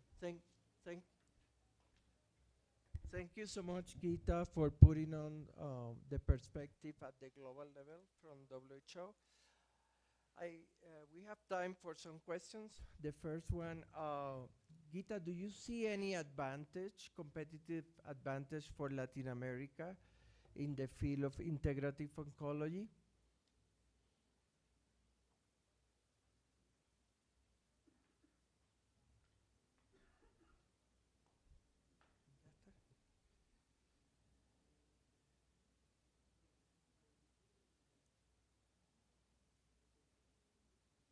No sé si me oye. Gita, did you hear me? Gita, we have a few questions here. Do you see any competitive advantage for Latin America in the area of integrative oncology research?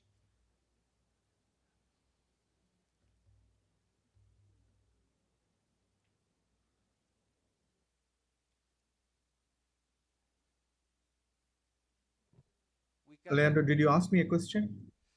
Yes. Do you see any competitive advantage for Latin America in the area of integrative oncology research? De la investigación de la oncología integrativa.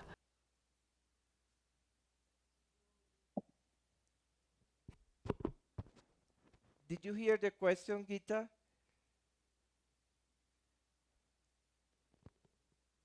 No se oye, ¿verdad? Gita, can you hear us?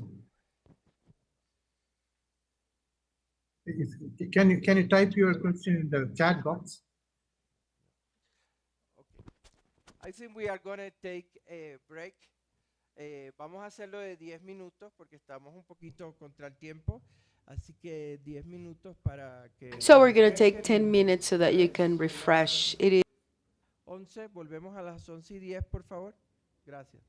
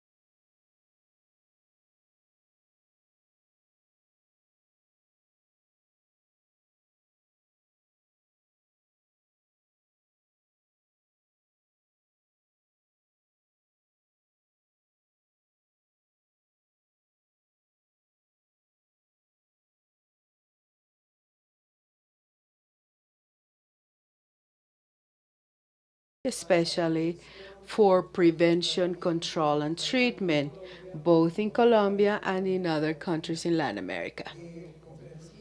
The speaker is going to be Dr. Partha Basu, who is the head of the screening group of the International Agency for Research on Cancer located in Lyon, France. So, Partha, you have the floor.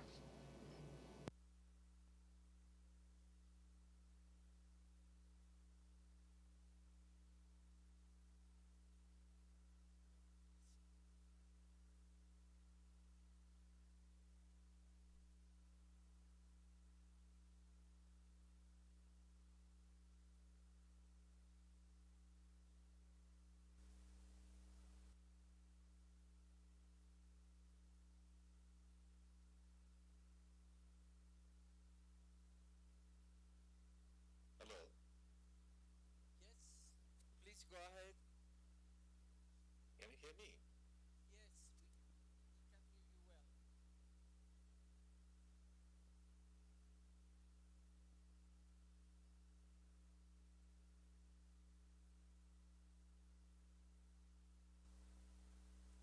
Please go ahead, Partha.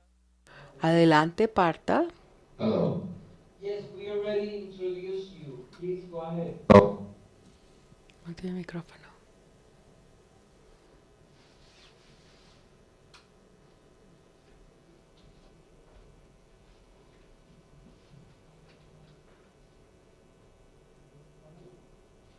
Partha? Yes, I'm connected. I can't Sí, ya hear. estoy I cannot hear conectado, you. ya lo escucho, sí. Please go ahead. Can you hear Adelante, ya me? estamos Yes, we listos. already introduced you. Ya lo Please go ahead. presentamos, adelante. I can't make out whether I should start or not. No entendí si puedo empezar o no. Okay, let me.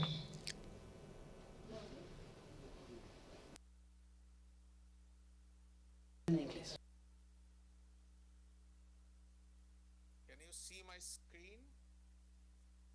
Yes.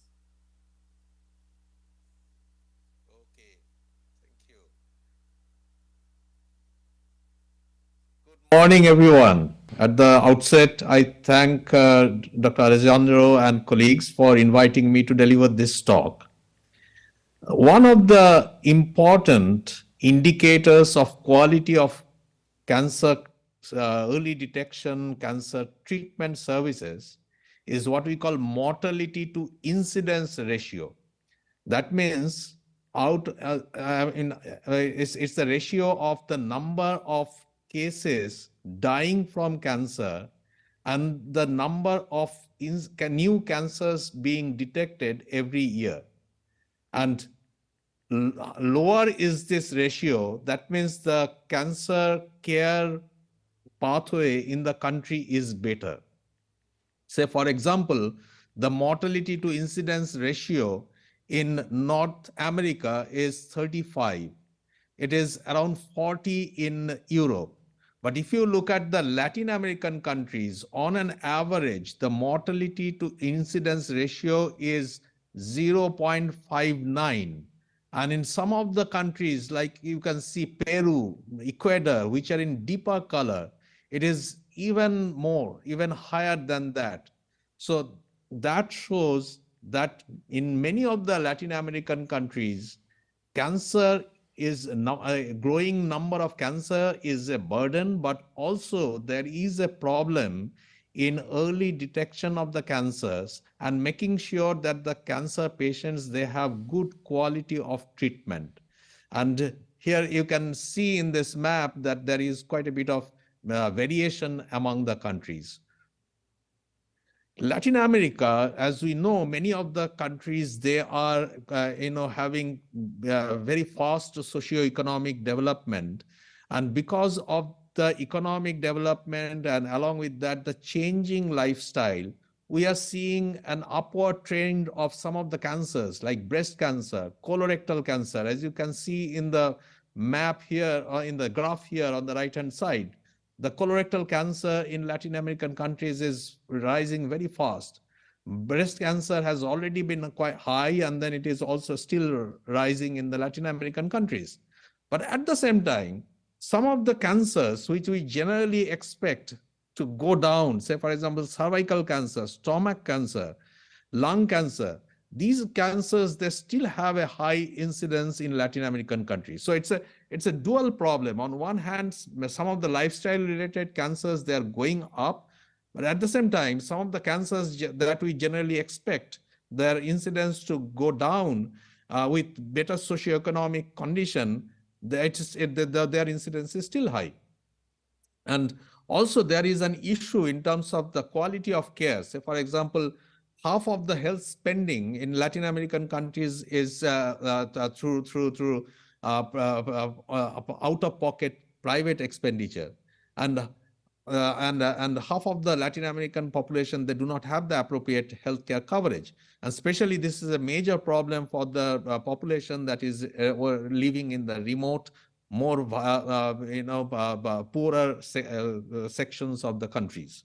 So if we have to look at cancer care continuum and how integrative oncology it fits into this care continuum, we have to look at all these different aspects of cancer care. We have to see how we can make prevention, early detection, treatment, as well as survivorship more, the more accessible, and at the same time more affordable, minimizing the inequalities that is already there. And I believe that integrative oncology has a major role to play in each of these areas. Dr. Geeta has already very nicely described all the different aspects of integrative oncology and how the different interventions have proven to show results. So, for example, what I'll do is I'll just give an example of the studies that have been done in each area, the evidence that is there, and then discuss, in spite of having such good evidence, why are these things not being implemented? One of the major risk factors for cancer is obesity and sedentary lifestyle.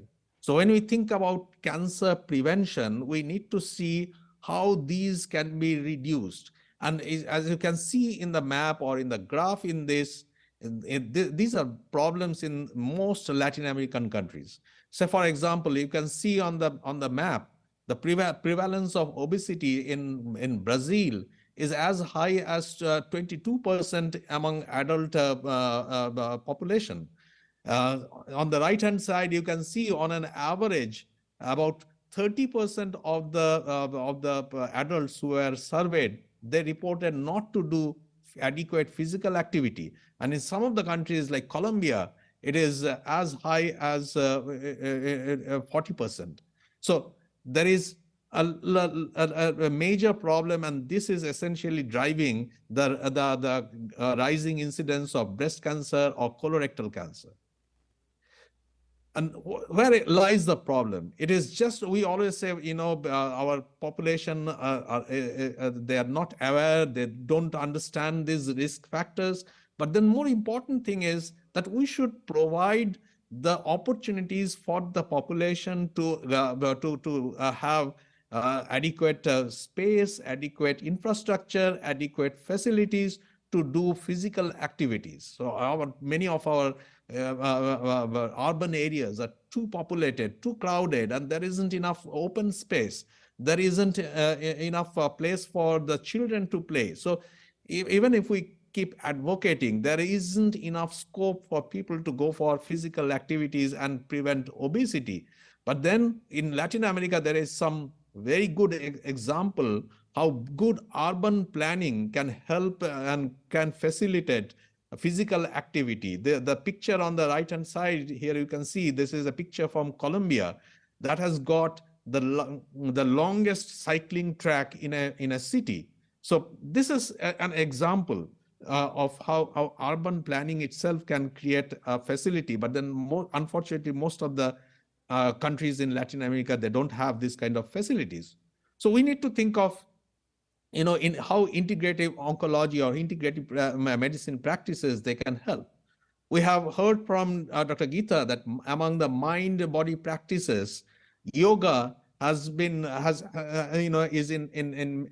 a major focus, especially in the recent years, and because it originated in India, and then our Prime Minister in India is very much in favor of promoting yoga. And there are adequate number of studies that have shown that yoga has benefit in reducing the BMI of the obese person. So it works. And it's just not yoga, but then there are also similar kind of mind and body practices that have been shown not only to reduce the BMI, but also to improve sleep quality, reduce the stress. I mean, how do they help? People who are always stressed out, people who have insomnia, they are known to follow bad, unhealthy practices, and they tend to develop obesity. And those who are obese, they tend to have poor sleep quality. So it's a kind of vicious cycle. So mind and body practices like yoga, Tai Chi, Qigong, these are known to break this cycle. And stress, as you know, stress is one of the known risk factors for cancer. Because of stress, there is there is an alteration in the immune function, and then that makes the person more prone to develop cancer.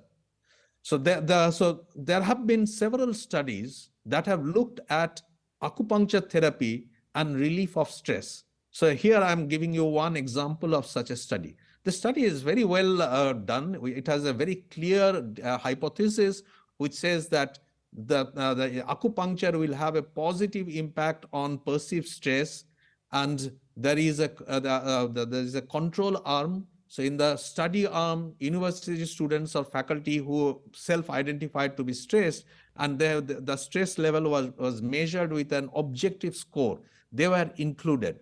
And there was a control arm there where sham procedure was done.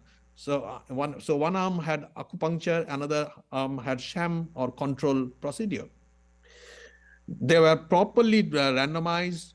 As I said, it is a good quality study. They had a problem. The problem was that not too many of the recruited participants could complete the study, whatever the reason may be. There was incomplete participation of many of the study participants. On the right-hand side, you can see the results. Over time, there is a reduction in the stress level in both the arms, in both in the acupuncture arm as well as in the arm in which the individuals they received a sham procedure.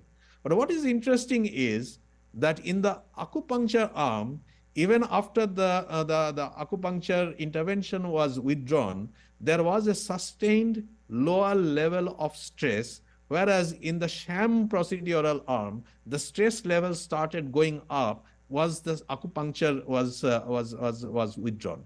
So we still do not know exactly what is the implication of the finding. It is possible that that acupuncture did have a long-term benefit. Now, moving on to cancer early detection.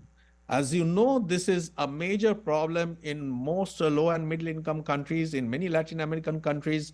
More than 60% of the cancers are detected at an advanced stage.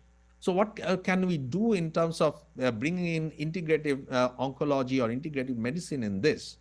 One of the major stakeholders in integrative medicine are the traditional healers. And in different Latin American countries, the traditional healers they have a very strong presence. They have many positive things. So, for example, their communication skill is excellent. They understand the cultural nuances and how to really deal with the situation. So they have a very strong bonding along with the community. So they understand the community much better than many of those us who practice usual oncology care. And they are always close to the community, so they are approachable, they are affordable. And we need to understand and learn from the HIV experience that really brought these traditional healers into mainstream care pathway. We'll have to give them their due credit. We'll have to give them appropriate training. We have to find out the exact pathway where they fit into. And then only we can bring them in cancer early detection. And this is being tried in different African countries. I'm sure there will be a major role of them in different Latin American countries if we can have a planned approach to bring them into mainstream early diagnosis pathway. Moving on to cancer treatment and survivorship, we have different studies. So I have just selected one particular area just to show how there is a very strong evidence that cancer patients can have symptom control with traditional and complementary medicine.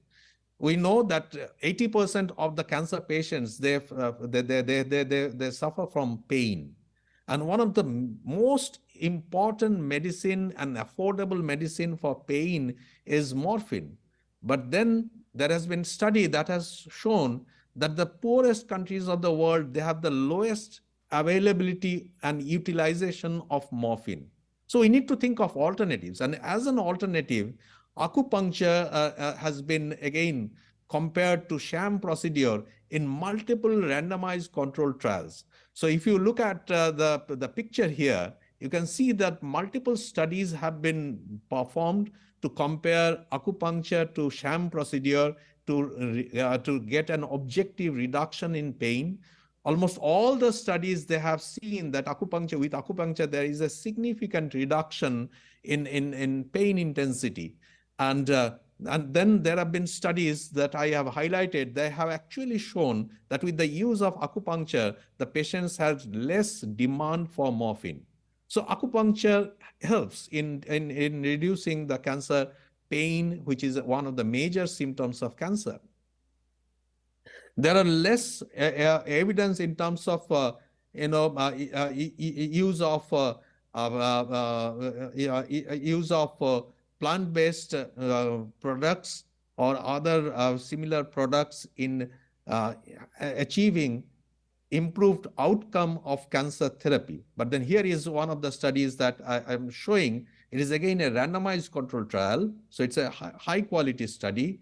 This study has looked into the locally advanced or metastatic pancreatic cancer. As of today, these cancer patients are not given any cancer-directed treatment. They are only given pain management and symptomatic control.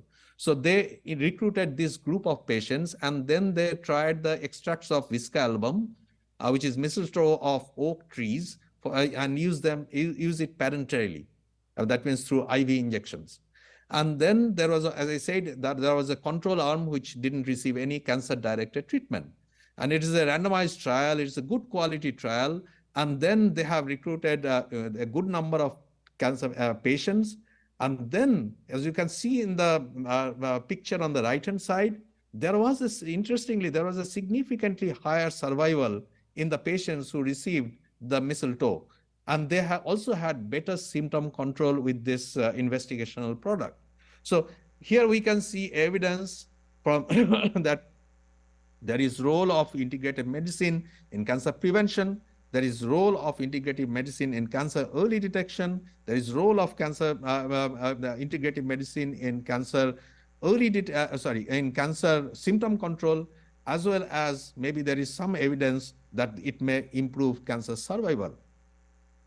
But then there are several challenges in integrating this into the traditional oncology care.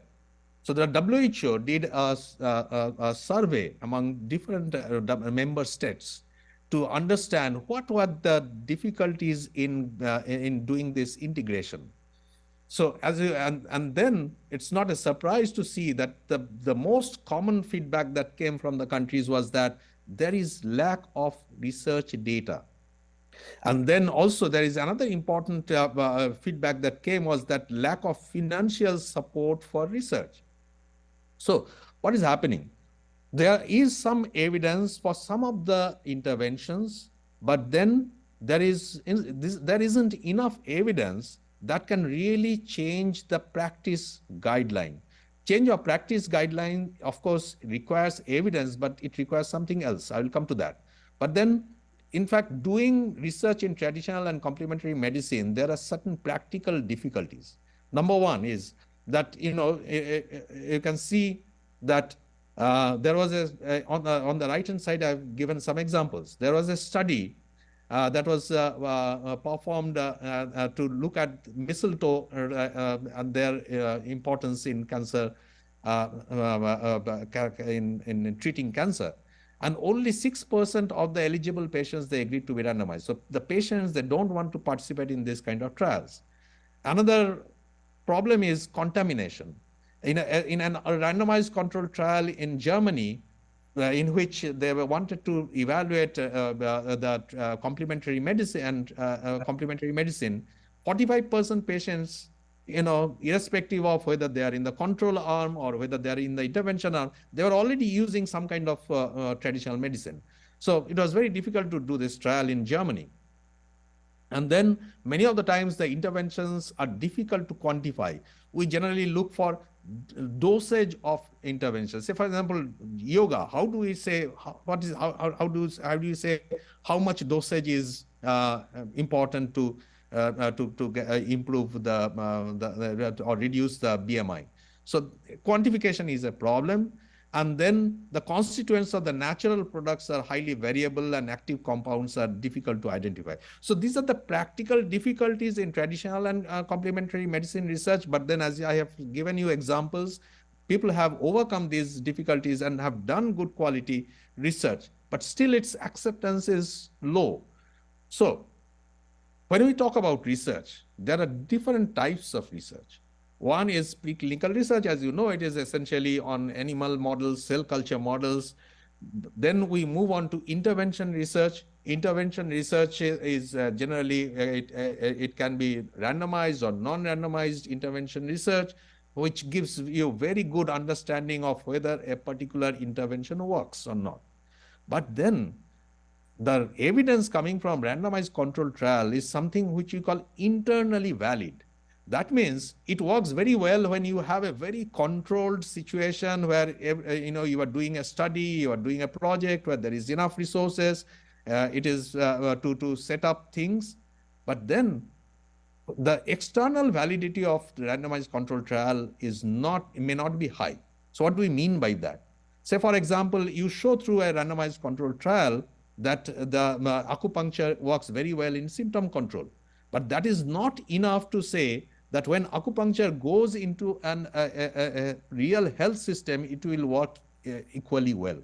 So to understand how an intervention will work in a real health system, or how to integrate this new intervention into the existing health system, we need to go for a new kind of research, which we call implementation research. So implementation research is the scientific study of methods to promote the adoption and integration of evidence-based policies and interventions into routine public health setting. So this is the conceptual model of implementation research. So from the randomized controlled trials or other interventional trials, we know what works.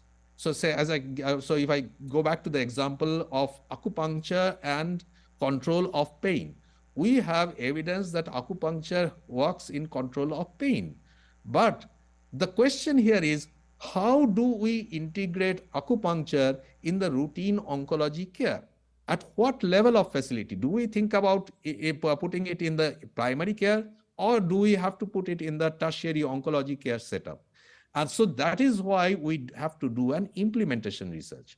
In implementation research, what we do is, first and foremost thing is identify the stakeholders. So if I have to implement acupuncture for pain control in Colombia, we need to understand who are the different stakeholders in that. And such stakeholders can be patients, such stakeholder can be the director of health services. So different levels of health of stakeholders need to be identified, and they need to be brought together, because we need to have a discussion with these stakeholders. Second thing is that we need to understand the local context. Something that worked in Germany may not be working in Colombia. We need to understand the Colombian situation and try to see how the intervention will work in terms of the implementation outcomes. So what are the implementation outcomes? Feasibility. Is it feasible to introduce acupuncture in primary care in Colombia? To do that, how much will be the training requirement? After training, will the trained practitioners be doing the procedure as per the protocol? This is what we call fidelity. Penetration is the access to the care. If we put acupuncture in tertiary care, what proportion of the cancer patients who actually would require it will get it? Acceptability, and this has always been a problem with traditional and complementary medicine. The people who practice the usual oncology care, they do not accept the traditional and complementary medicine practices, and vice versa. So all these issues are there. We need to understand if the acceptability is low, why is it so? Is there a problem with trust? Is there a problem with not having enough evidence, not having enough education? So these are the implementation outcomes that we look for through implementation research. And then we look for certain service outcomes. Service outcomes is when acupuncture is introduced in a primary care, is it really being efficient? Is it being able to reach to the patients who actually need it? And is it being as effective as it was when it was there in a randomized control trial? Did it provide services, in a way that it is patient-centered? So all these outcomes, these are very different outcomes from our traditional research outcomes, which essentially focuses only on health improvement, status improvement, or symptom control, or toxicity. So these implementation research outcomes need to be addressed only when we do a properly designed implementation research. And here I would rather like to give you the example of including the traditional birth attendants into the reproductive health care. At one point of time, it was again a kind of taboo to think about bringing in traditional birth attendants into allowing them to do deliveries. But then subsequently now we have realized that if we can train them, if we can make sure that they have access to the small equipment or right kind of consumables, they can give wonderful services, especially in the low and middle income countries where access to care is limited. So learning from these kind of good practices will be very, very important as we think of integrating traditional and complementary medicine to the oncology care, which ranges from prevention to survivorship. Thank you so much for your patient listening.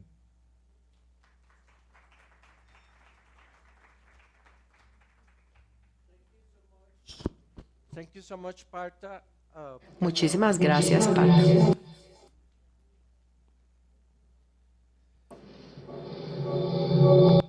Thank you so much, Partha. Can you hear me now?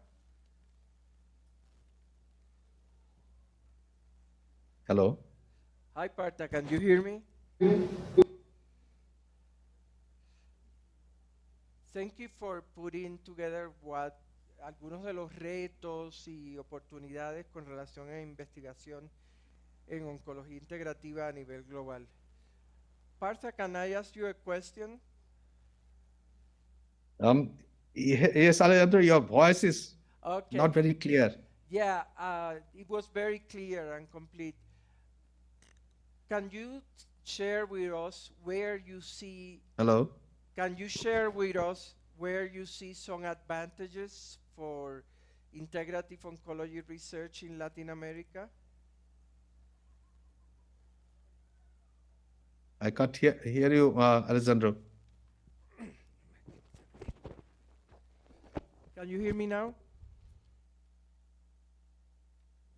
Hello? Can you hear me now? Hello? Hi, can you hear me now?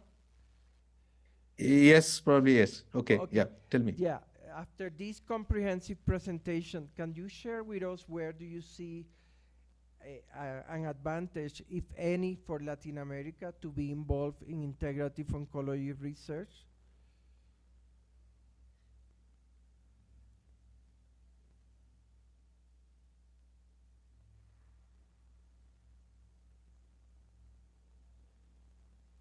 I cannot Yeah. hear you. Hello? Hello? Yes. Can't, can't hear you clearly.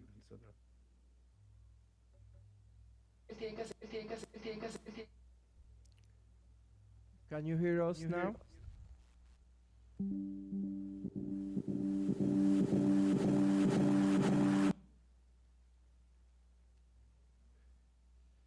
Sorry, there's a lot of disturbance. David, la parte técnica, necesitamos ayuda porque ahora viene un panel y si va a ser así, no sé si es mejor suspenderlo.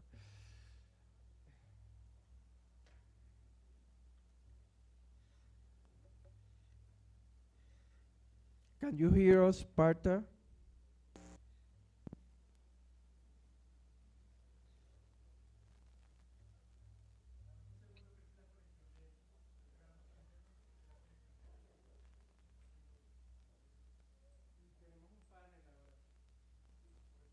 This is Gabriel Lopez. I'm for part of the panel. I'll say it is difficult to hear. I'm not sure what the audio for everyone.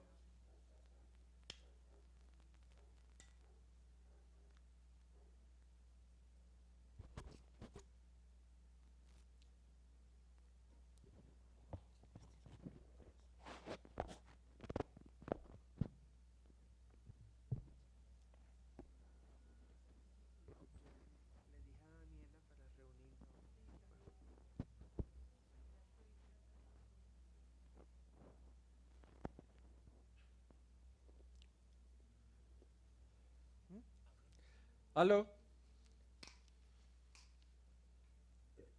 Yes, Parta now we can hear you. Okay, Parta. So, Yes, much better. Yeah. so how do you see Latin America within this world of research that you share with us related to integrative oncology?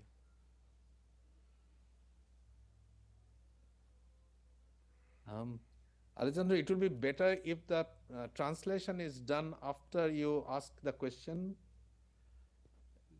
¿La traductora está traduciendo las preguntas o no?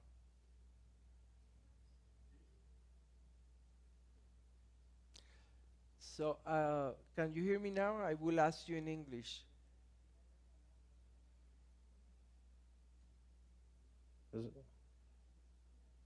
We are hearing both at the same time, so it is very difficult to understand the question. Okay, so I will ask in English so it's easier. Is that okay?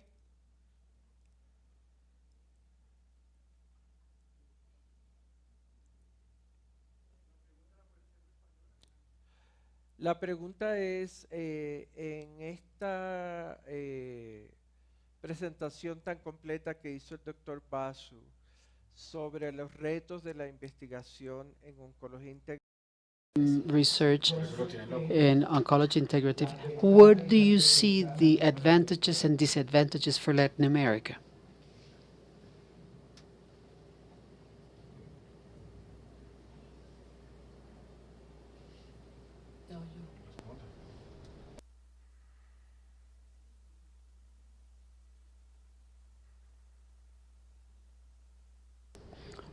¿ya? Dr. Parta, can you hear me?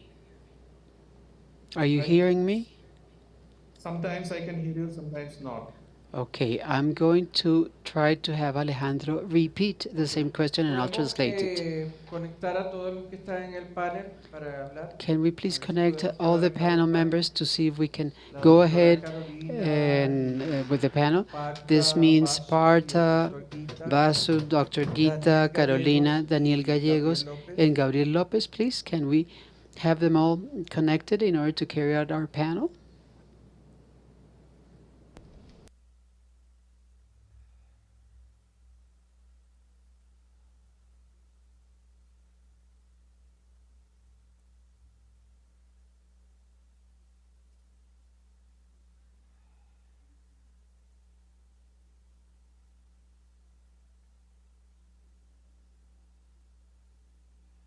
Carolina, ¿estás ahí?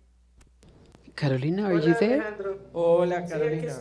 Qué bueno, bienvenida. Pues ahora Hello, vamos a Alejandro. tener Yes, un I am here. panel We're going to have a sobre, panel estuvimos about. hablando, We were entonces, discussing. escuchando primero el contexto We global de first la heard oncología the global context of integrativa por el integrative doctor oncology Gita given by Gopal Dr. Krishna de la Gita Organización Mundial de la Salud y después el of doctor the Basu World expuso Health muy Organization, claramente and los then retos y oportunidades que Parta hay showed para el the campo de la challenges and investigación en opportunities there are oncología for integrativa. research of Este integrative próximo oncology. panel This vamos next a panel, discutir un poco más we de will eso, be discussing a little sobre bit more cómo about this, la how investigación puede tener the un rol research can have a importante very important en role todo lo que tiene que ver in con everything that has to do with oncología oncology, integrativa con relación a la prevención, integrative with regards to tratamiento y prevention, supervivencia, treatment, así and como la survival, práctica as well as diaria the daily de la practice oncología of en Colombia y oncology in América Colombia and Latina. Latin Me America. acompaña Here como with me comoderadora la as a doctora Carolina moderator, Wisner. Ella Dr. es la Carolina Wiesner. directora She's the del Instituto director of Nacional the de National Institute of Cancerología de Cancerology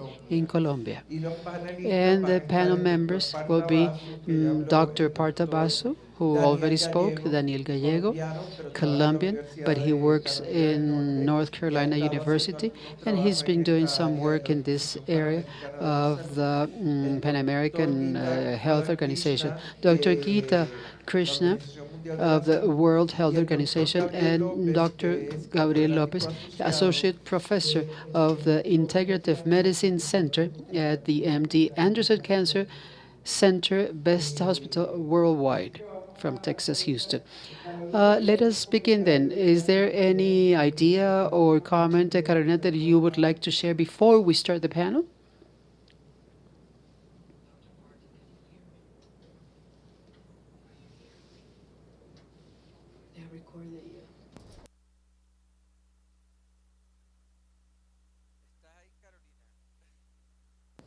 Carolina, are you here? Can you hear us?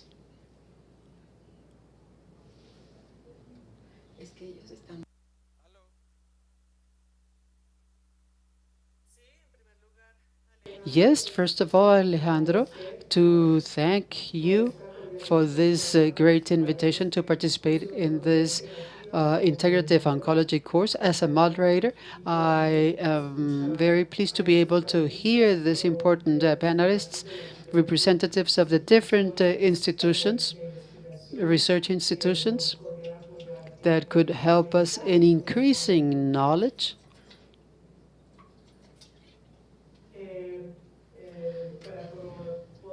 to be able to promote the knowledge generation in Latin America and in the different cancer institutions as the one we have in Colombia. I would just wanted to make a recommendation. We hear in a simultaneous way English and Spanish. So this causes a little bit of difficulty in the concentration and communication. That's my only technical observation. Yes, thank you, Carolina. Our colleagues from France and India told us about this. Uh, I would like to ask you, Daniel Gallego is here. According to your experience, you know very well the traditional medicine field and integrative health, and also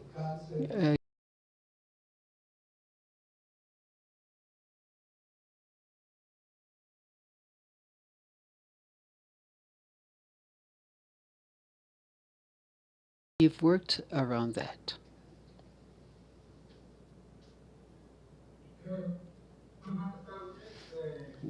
Good afternoon. Thank you for this invitation. Greetings to all the colleagues. You prefer me to speak in English or in Spanish? You can choose your language, but we still can't hear you clearly.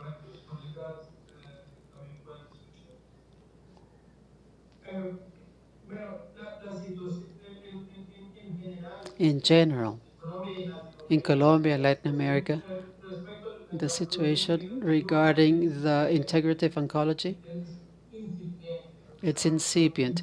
The developments are barely there. There are some initiatives, specific initiatives, focal initiatives, generally managed by some experts who have particular interests in the topic, and some institutions have institutionalized approaches of bringing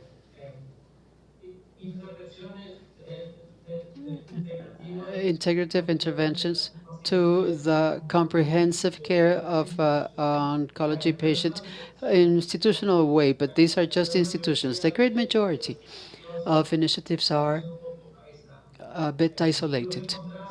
Now, in contrast with this, according to what was presented by Partha and other colleagues this morning,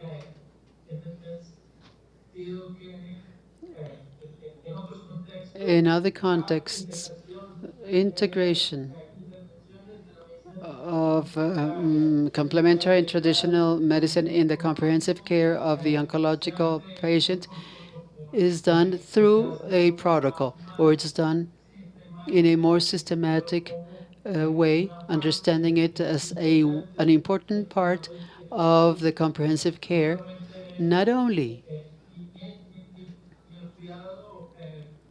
and the multidimensional care of patient, because these are interventions that not only allow to the specific approach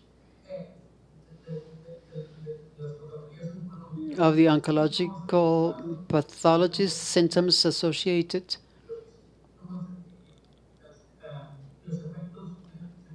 and secondary effects are treatment effects that allow approaches in other dimensions that frequently are not approached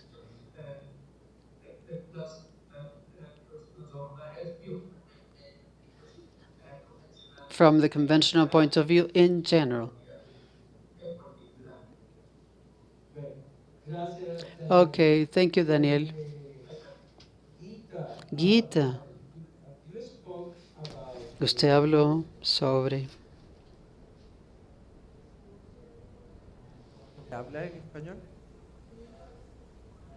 Gita, in your presentation you referred about the new center medicine.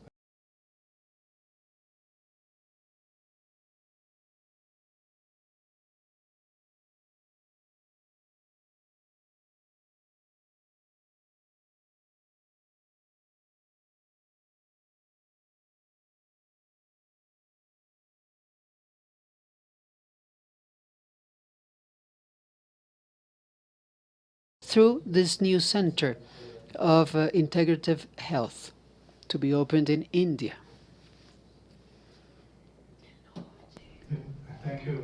Muchas gracias, Alejandro, por esa pregunta. Es muy pertinente porque el centro lo va a abrir la Organización Mundial de la Salud en India. No es un centro que lo abra la India, sino en India. Es un centro global donde todos los países y todos los miembros de la OMC pueden unirse a esto para una causa en común.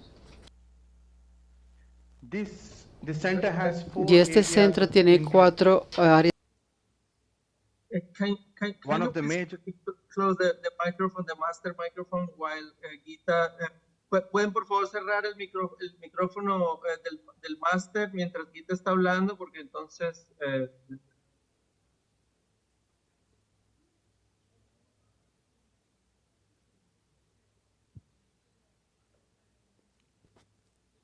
¿Ya? ¿Podemos continuar? Okay.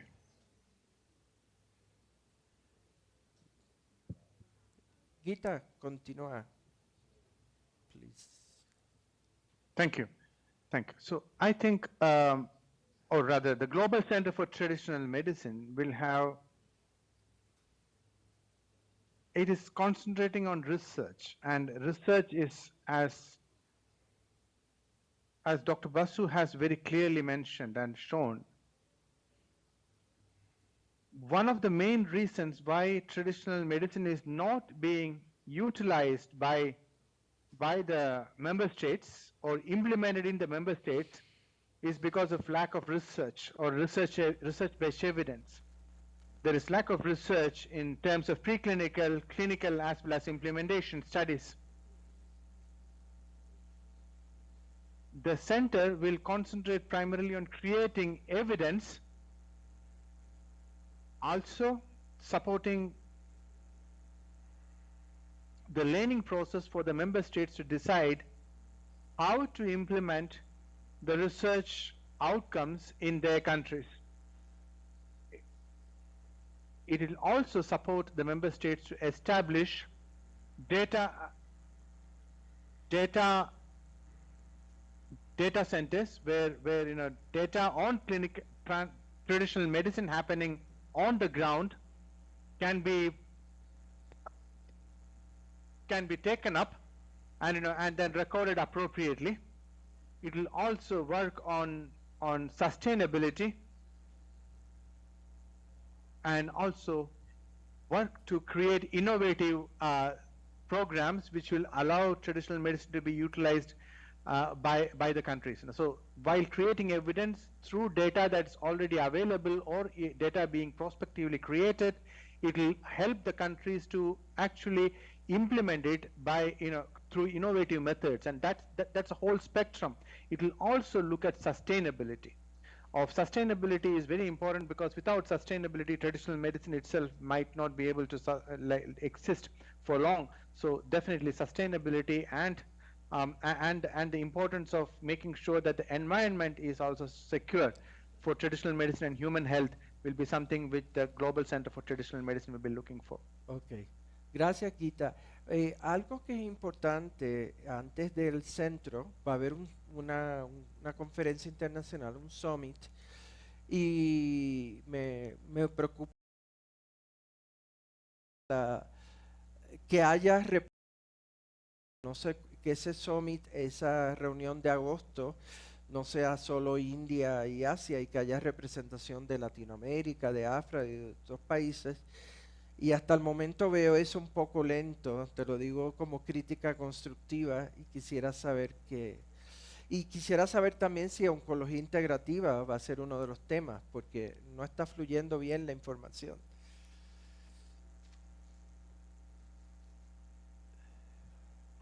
At this particular moment, while we are speaking, I am not directly associated with the program, but I will soon be.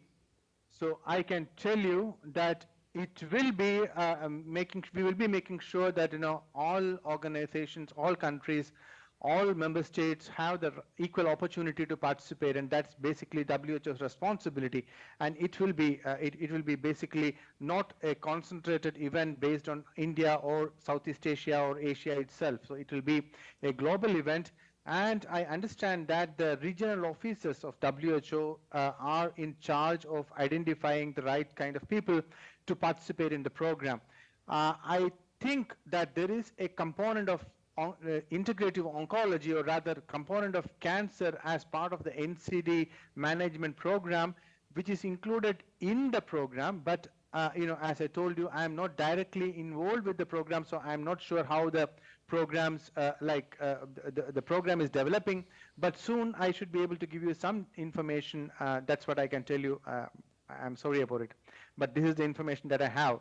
But okay. I know that the people who are being represented, or the representatives from different regions, are being selected by and through the regional offices. That's what I have learned, and that's what I have been told.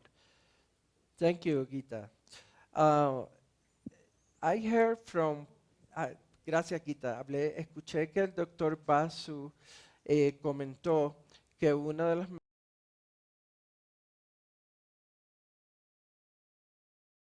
Integrative oncology research is the science of implementation. On one hand side, I am very pleased to hear that, because that has a lot to do how the interventions are done in public health and others. But in the case of Latin America, I would like Dr. Carolina to comment about this. Me gustaría hacerle otra pregunta al panel. ¿Cuál otros pasos específicos la PAHO y la OMS pueden apoyar para beneficiar la salud pública en Colombia y en América Latina.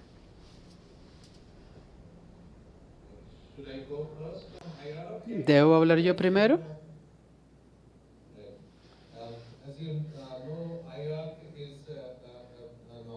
Esta es una organización bajo la sombrilla de la OMS, la prevención de cáncer y la investigación de detección temprana del cáncer.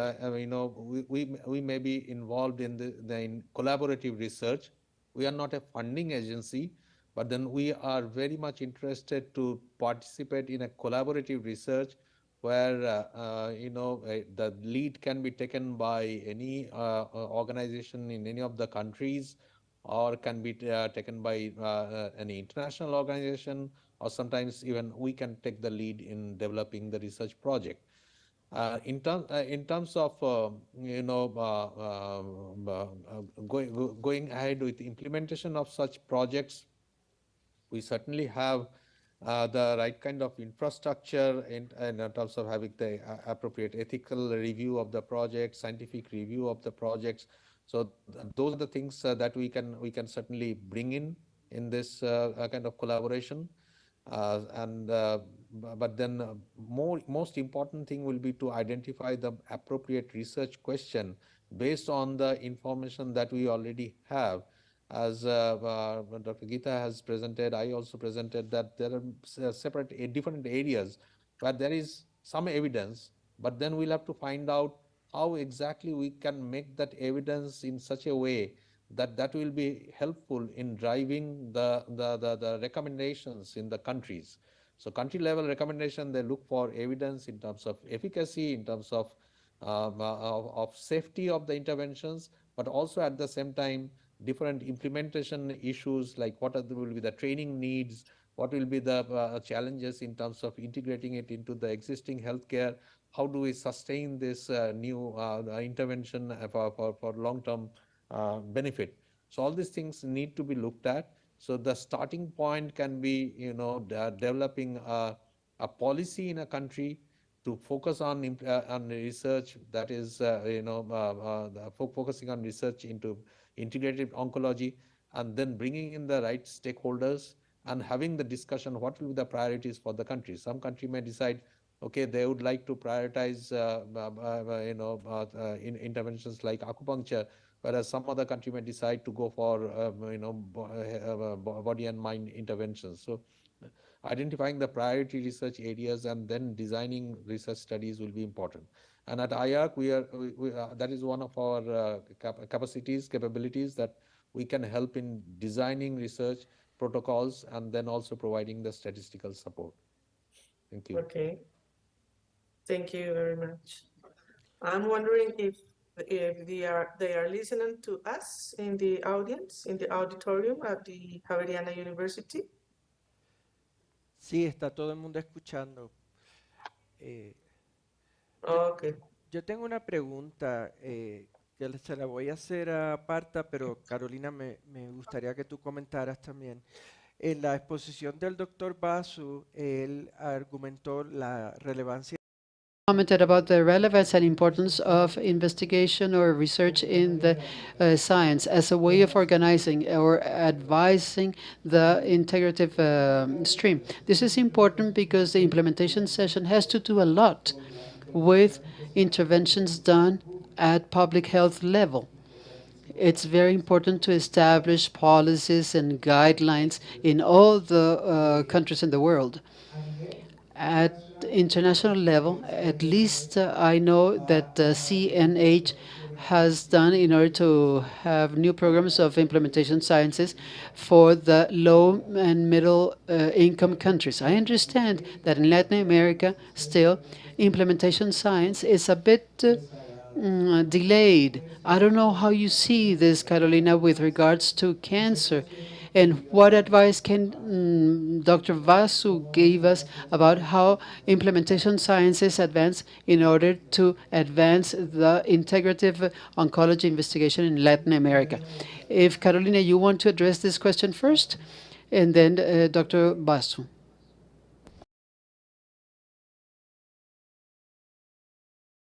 Us in Colombia, we've been following up all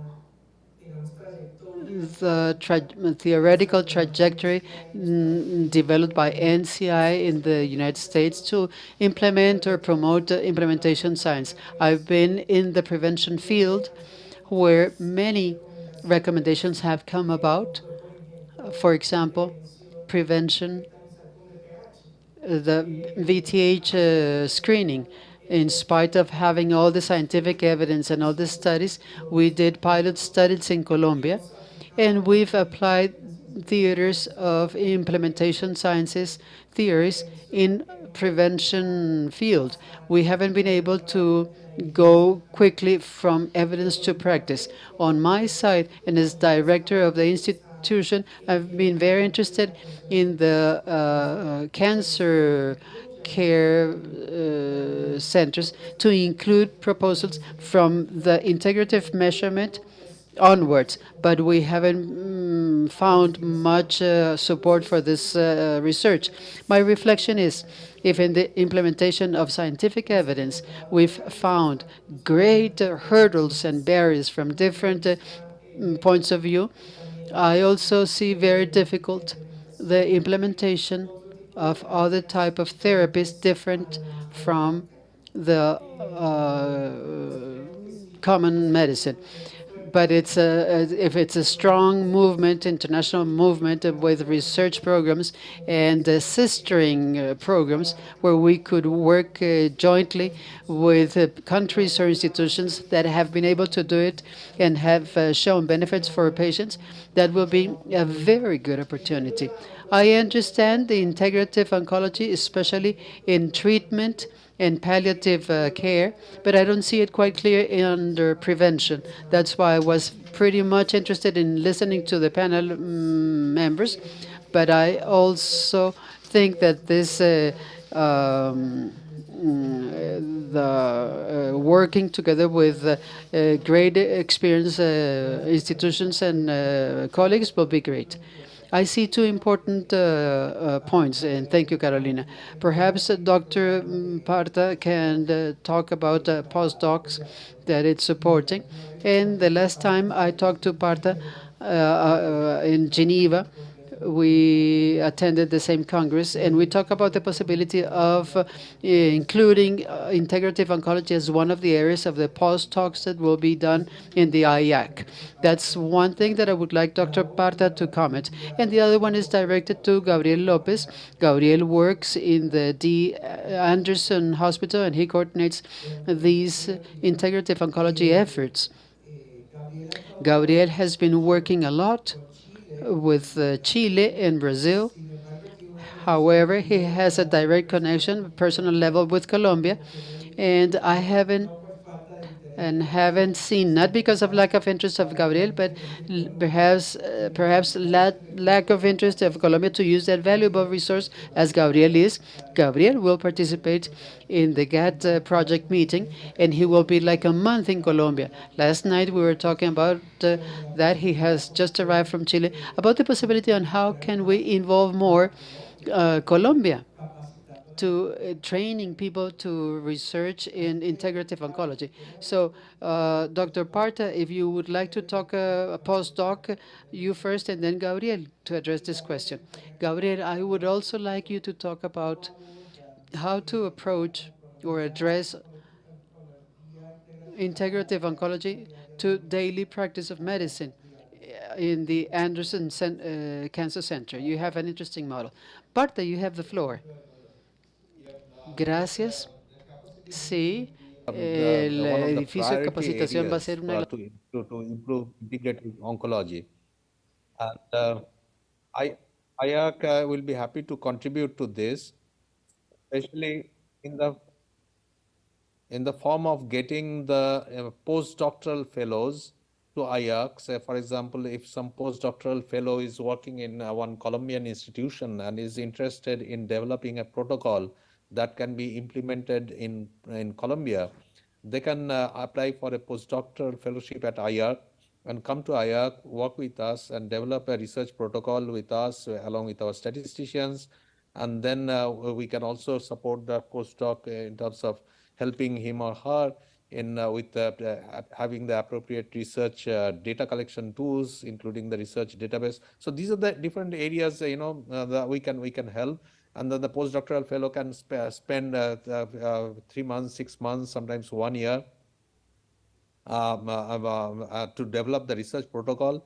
And then that same postdoc fellow can come back to us again when the research is done. If they want to do the analysis in jointly with us, we can also again support this kind of activity. So there are certain postdoctoral fellowships that we open every year, and then any postdoc, especially from low and middle income countries, can apply for that, which will be fully funded. But the other model is, say, for example, if there is a project ongoing in Colombia, and then the project supports the postdoc to come to IAC and spend 3 months, 1 month or 2 months here working with us, that's also another different model. Thank you. Gracias, Parta. Antes de pasar a Gabriel, pues yo insto a personas que lideran grupos acá, como el caso de la doctora Fiorentino, Raúl Murillo, que está acá en el público, la misma Carolina.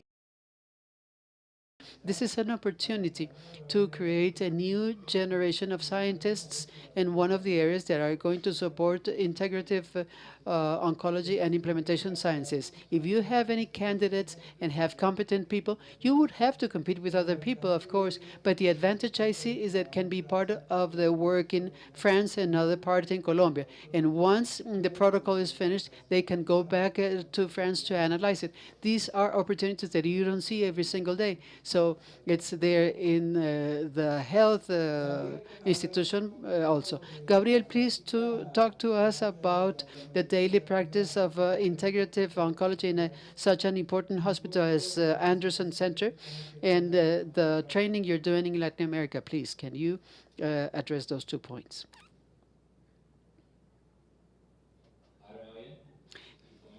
Okay, with good morning.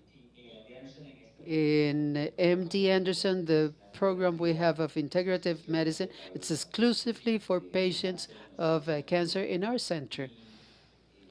And we have worked for the last 25 years that our integrative medicine program has been, that we have used in order to be able to find the stakeholders, those people interested in supporting the program, and for them to understand what's the evidence and which are the ways where the institution is prepared for growing this type of program.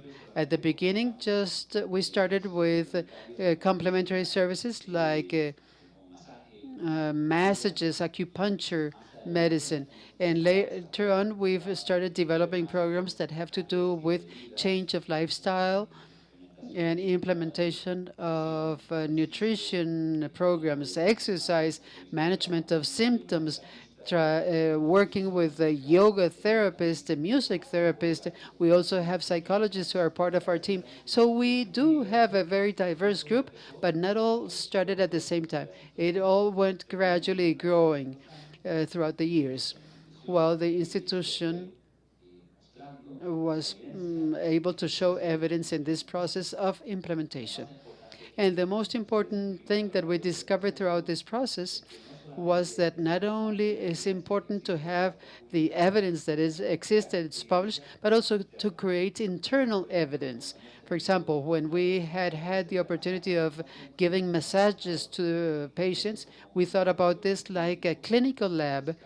So each interaction between the massage therapy, music therapy, and the patient, we have used LP as an evaluation that we have used a lot in managing symptoms, especially palliative care. And each patient receiving the treatment submits the evaluation, and then comes the treatment, and we've published that result. Which are the symptoms the patients first had, and after the treatment and an intervention, what's the result? Even some of the things that impacted us the most was that not only this information has been important within our institution to be able to support new positions and create more interest and more trust in what we're doing as a clinical program, but also we notice by pure chance that the guide of National Comprehensive Guidelines, NCC guideline recommendations to handle fatigue, there is a recommendation level 1 for massage to support patients during the cancer treatment and massage for fatigue. When you look at the data, when they say go to the reference, there is a reference to our publication of our internal experience on the pre-post or the before and after using this ISACs. So we've seen that this type of studies not only has an impact on our internal ability to support and grow the program, but it can also start having an influence on the guidelines.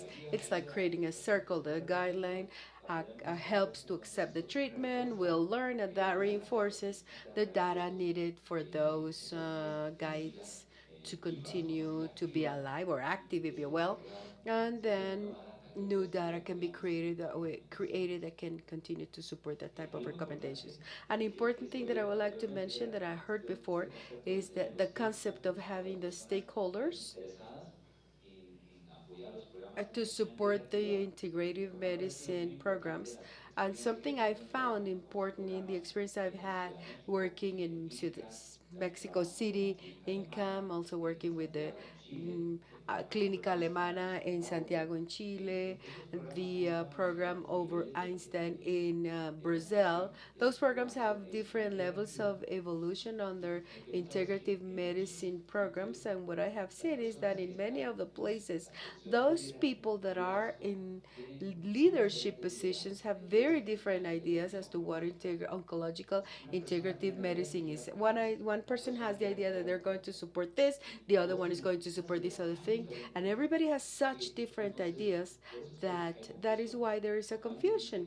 When somebody says we're going to support oncological integrative medicine in our center, for a person it means supporting alternative therapies. For another person it means supporting treatments such as acupuncture, massages, and for other person it means changing lifestyle, diet, and exercise. So that confusion also creates problems in terms of knowing where to start, what programs to support first, and then understanding what are the resources that are already available locally where this type of programs of integrative medicine can start to start growing it from a common point where everybody agrees, and then you can start researching in the other areas. And that's where I'm working with these programs, helping them to understand what are the programs that are already available that maybe have the resources there and how they can use them so that we can start an integrative medicine program. Maybe it's not exactly what each person was thinking, but maybe get to a middle ground so that we can start having the volume and start growing the program and running this type of implementations, learn on the experience, and then follow the path of expanding the program, the interest and trust on this service, and also sustainability in the long term. This is very important. Thank you, Gabriel. You don't start everything at once, you start little by little. I do think that what leadership in each institution thinks is important, but from your experience of having worked so much in Chile, you've been there for a while, same thing in Brazil, and what about Mexico? I would like to tell us a little bit about what are the opportunities that you can see in Colombia, if any, given your interest in working here. Yeah, so I would like for you to briefly talk about that, please. As you have said, it is important, very important to know the difference between a center and another, a hospital and another, a country and another.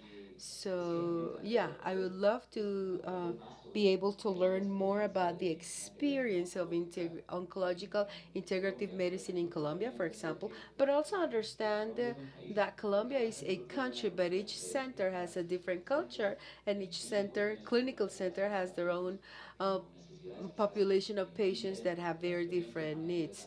The experience of hand and management of cancer in one center can be really different from another one. So it is very important to understand how you can support the centers. And maybe in one center is more important nutrition and exercise, and maybe in a different center you might have more interest and help more patients regarding mind and body, massages, acupuncture. So again, it's starting with what you need, and that can be started with an assessment, asking the patients what do they need, what are the questions they have, what are they looking for that maybe they're not receiving right now at the center, and maybe see how oncological integrative medicine can help the patients with that type of education and give them the services in a safe manner. Unfortunately, we have a quality of service problem that we have in all the countries. We have trained and non-trained people to give this type of treatment for cancer patients, and we don't want a person to be kicked out, if you will, from the area of evidence and bring them through a path out of evidence that might get to more complications with the oncological treatment or interactions, or maybe the patients just leaving the oncological treatment and then they take an alternate path. That is not the objective. The objective is to give support to the patient while they are receiving the best of medicine and see how can they receive the best of integrative medicine. That is an important and a comment and example.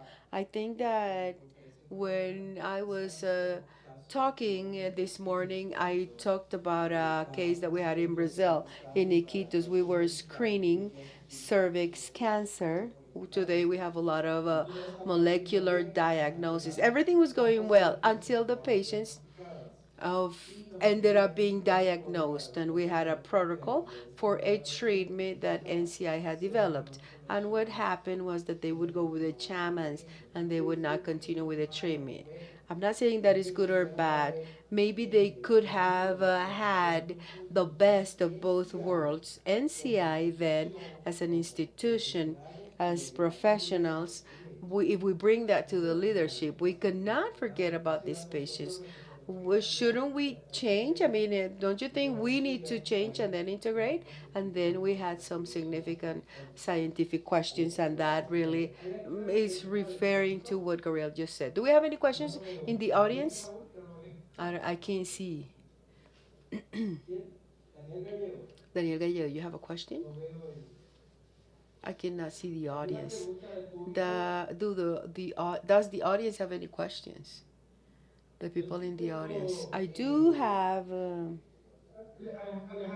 Alejandro. Yeah, go ahead. What I wanted to say, I was going to emphasize the importance of rescuing the evidence that's available, that continues to grow, and that has been making it possible to develop guides for clinical practice on integrative oncology. I think it would be very important, for example, to take this opportunity to talk about the clinical practice guides the International Society of Integrative Oncology has been developing, and which are supported by professionals in oncology that are not only related to integrative oncology but also with the oncological societies, the conventional ones. And it is important for these guides, just as other pieces of evidence that continue to appear, for them to be spread through the academic and professional communities in Latin America. I think one of the difficulties for integrative oncology initiatives to be implemented in a more systematic manner is the lack of knowledge we have in our context of the evidence that's already available. So I think that is one of the pending tasks by various organizations that are working in this field. And that is something that we all should cooperate with and find the ways to make that possible and to spread it out. Yeah, that is a very good point.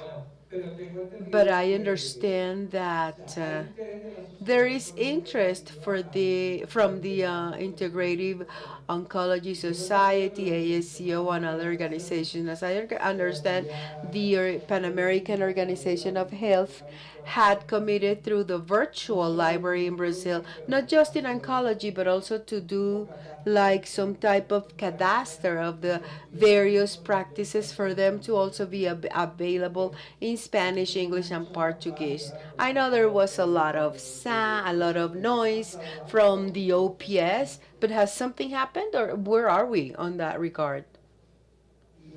And the question is for you, Daniel. Yeah, the efforts in the work on the virtual library have been focused on primary attention, especially in strengthening the work that is done in primary care in health.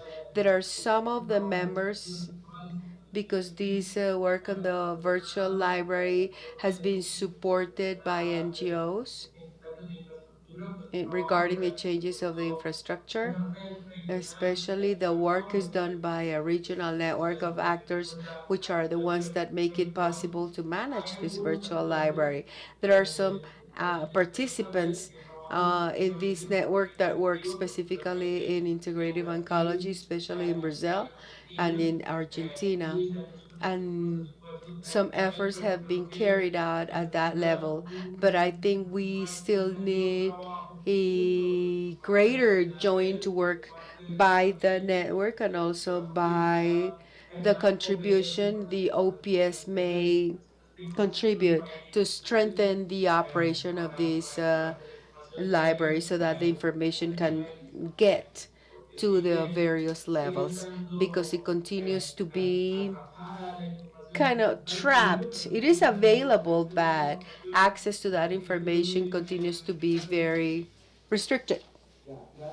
Okay, thank you. We're about to be done. I wouldn't like to close this without making a general comment, without hearing a general comment from Carolina and the research groups in Ariana, maybe Susana and Raul, if you could, if you would make a comment on what we have talked about this morning. Who would like to start? Carolina, would you?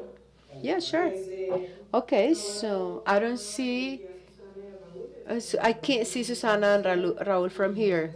Special greetings and a special recognition to Susana for her research work in this very complex field in the phytotherapeutic side. I would like to thank the panelists for all these presentations.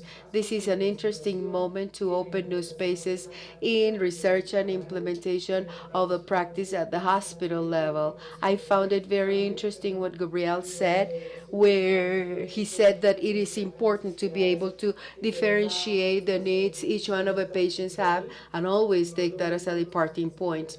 It is not the same those patients that get here to the Cancer Institute that have very specific needs than those other hospital centers. So I think this is a very good starting point, and also try and continue working in this field, maybe with experiences such as the one you measure the to measure before and after an intervention that can be simple, and also for them to be oriented to promoting patients' well-being. We always focus on the results regarding the disease and the tumor in oncology, and we don't pay much attention to the patient as a person and their needs.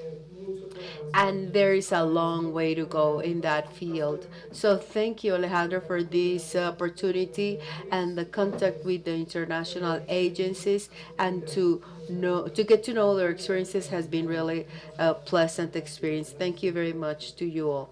Thank you, Carolina. I would like to thank you for your participation as the director of the Cancer Institute, and also because we had the opportunity to talk and prepare for this, where you told me your interest for integrative oncology to do something at the institute. And I would like to take your word on that, and the fact that Gabriel and I are very good friends, for us to take advantage of that resource, and that he's going to be here for a while. Why don't we all get together with the Institute, the Javeriana University, so that we can talk about the possibilities? Thank you, Alejandro. Thank you, Alejandro. Susana? Thank you, Alejandro. It is a pleasure to meet you all. It is a shame not being able to see you all. Daniel, Gita, Gabriel, it's a pleasure to see you again. It's been an interesting experience to start working in the phytotherapeutic treatments from a basic vision. I am not a clinician, but this work has given us the opportunity to get to know each other and work together. I appreciate Raul's support on to our job. It's become a very interesting and constructive communication that has allowed us to move forward little by little with the oncologists that are really orthodox. Some of them told me, "Where are you gonna go leave those yuyus of the plants?" And I say that with love, because I think that today the therapeutic supplement with botanicals and the medicinal supplements and all the other things really has to open a path in the new therapeutic in cancer. So more than a question, it is the like a thought for you to help us integrate the Colombian clinicians that are really far from the basic sciences, to bring them together into these cross-cutting discussion around the patient. I would expect these. I would like for these meetings to happen in a more frequent manner, because I think in Colombia we can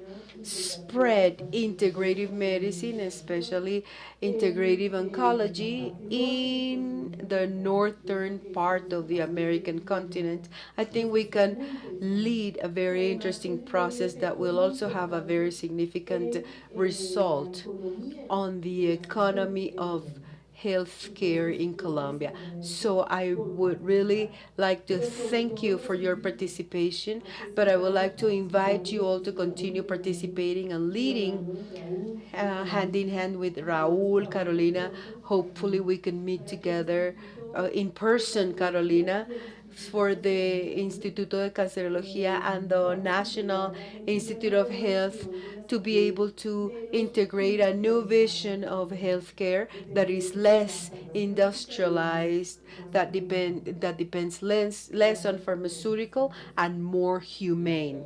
Thank you all. Thank you, Susana. I want to make two comments.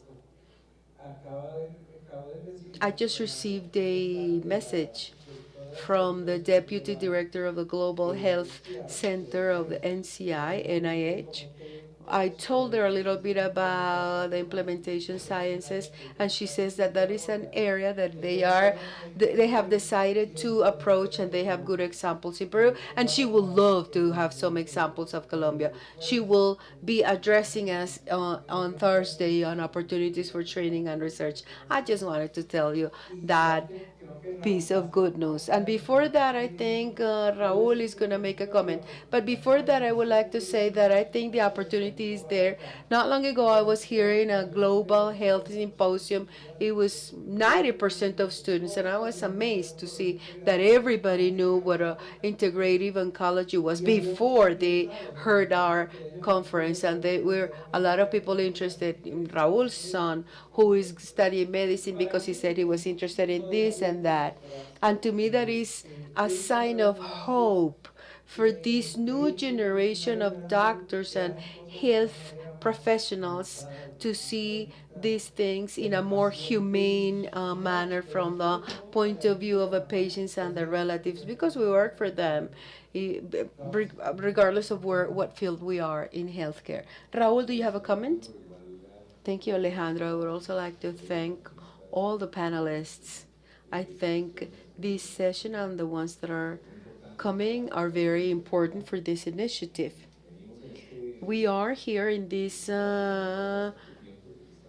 work for a while, since I was in Instituto Nacional de Cancerología, trying to open an integrative oncology service, understanding that our patients use supplementary medicines a lot, and also alternative medicine too a lot. I don't know if you mentioned that clearly, but the initial surveys, we found that around 70-75% of oncological patients use this type of therapeutic alternatives.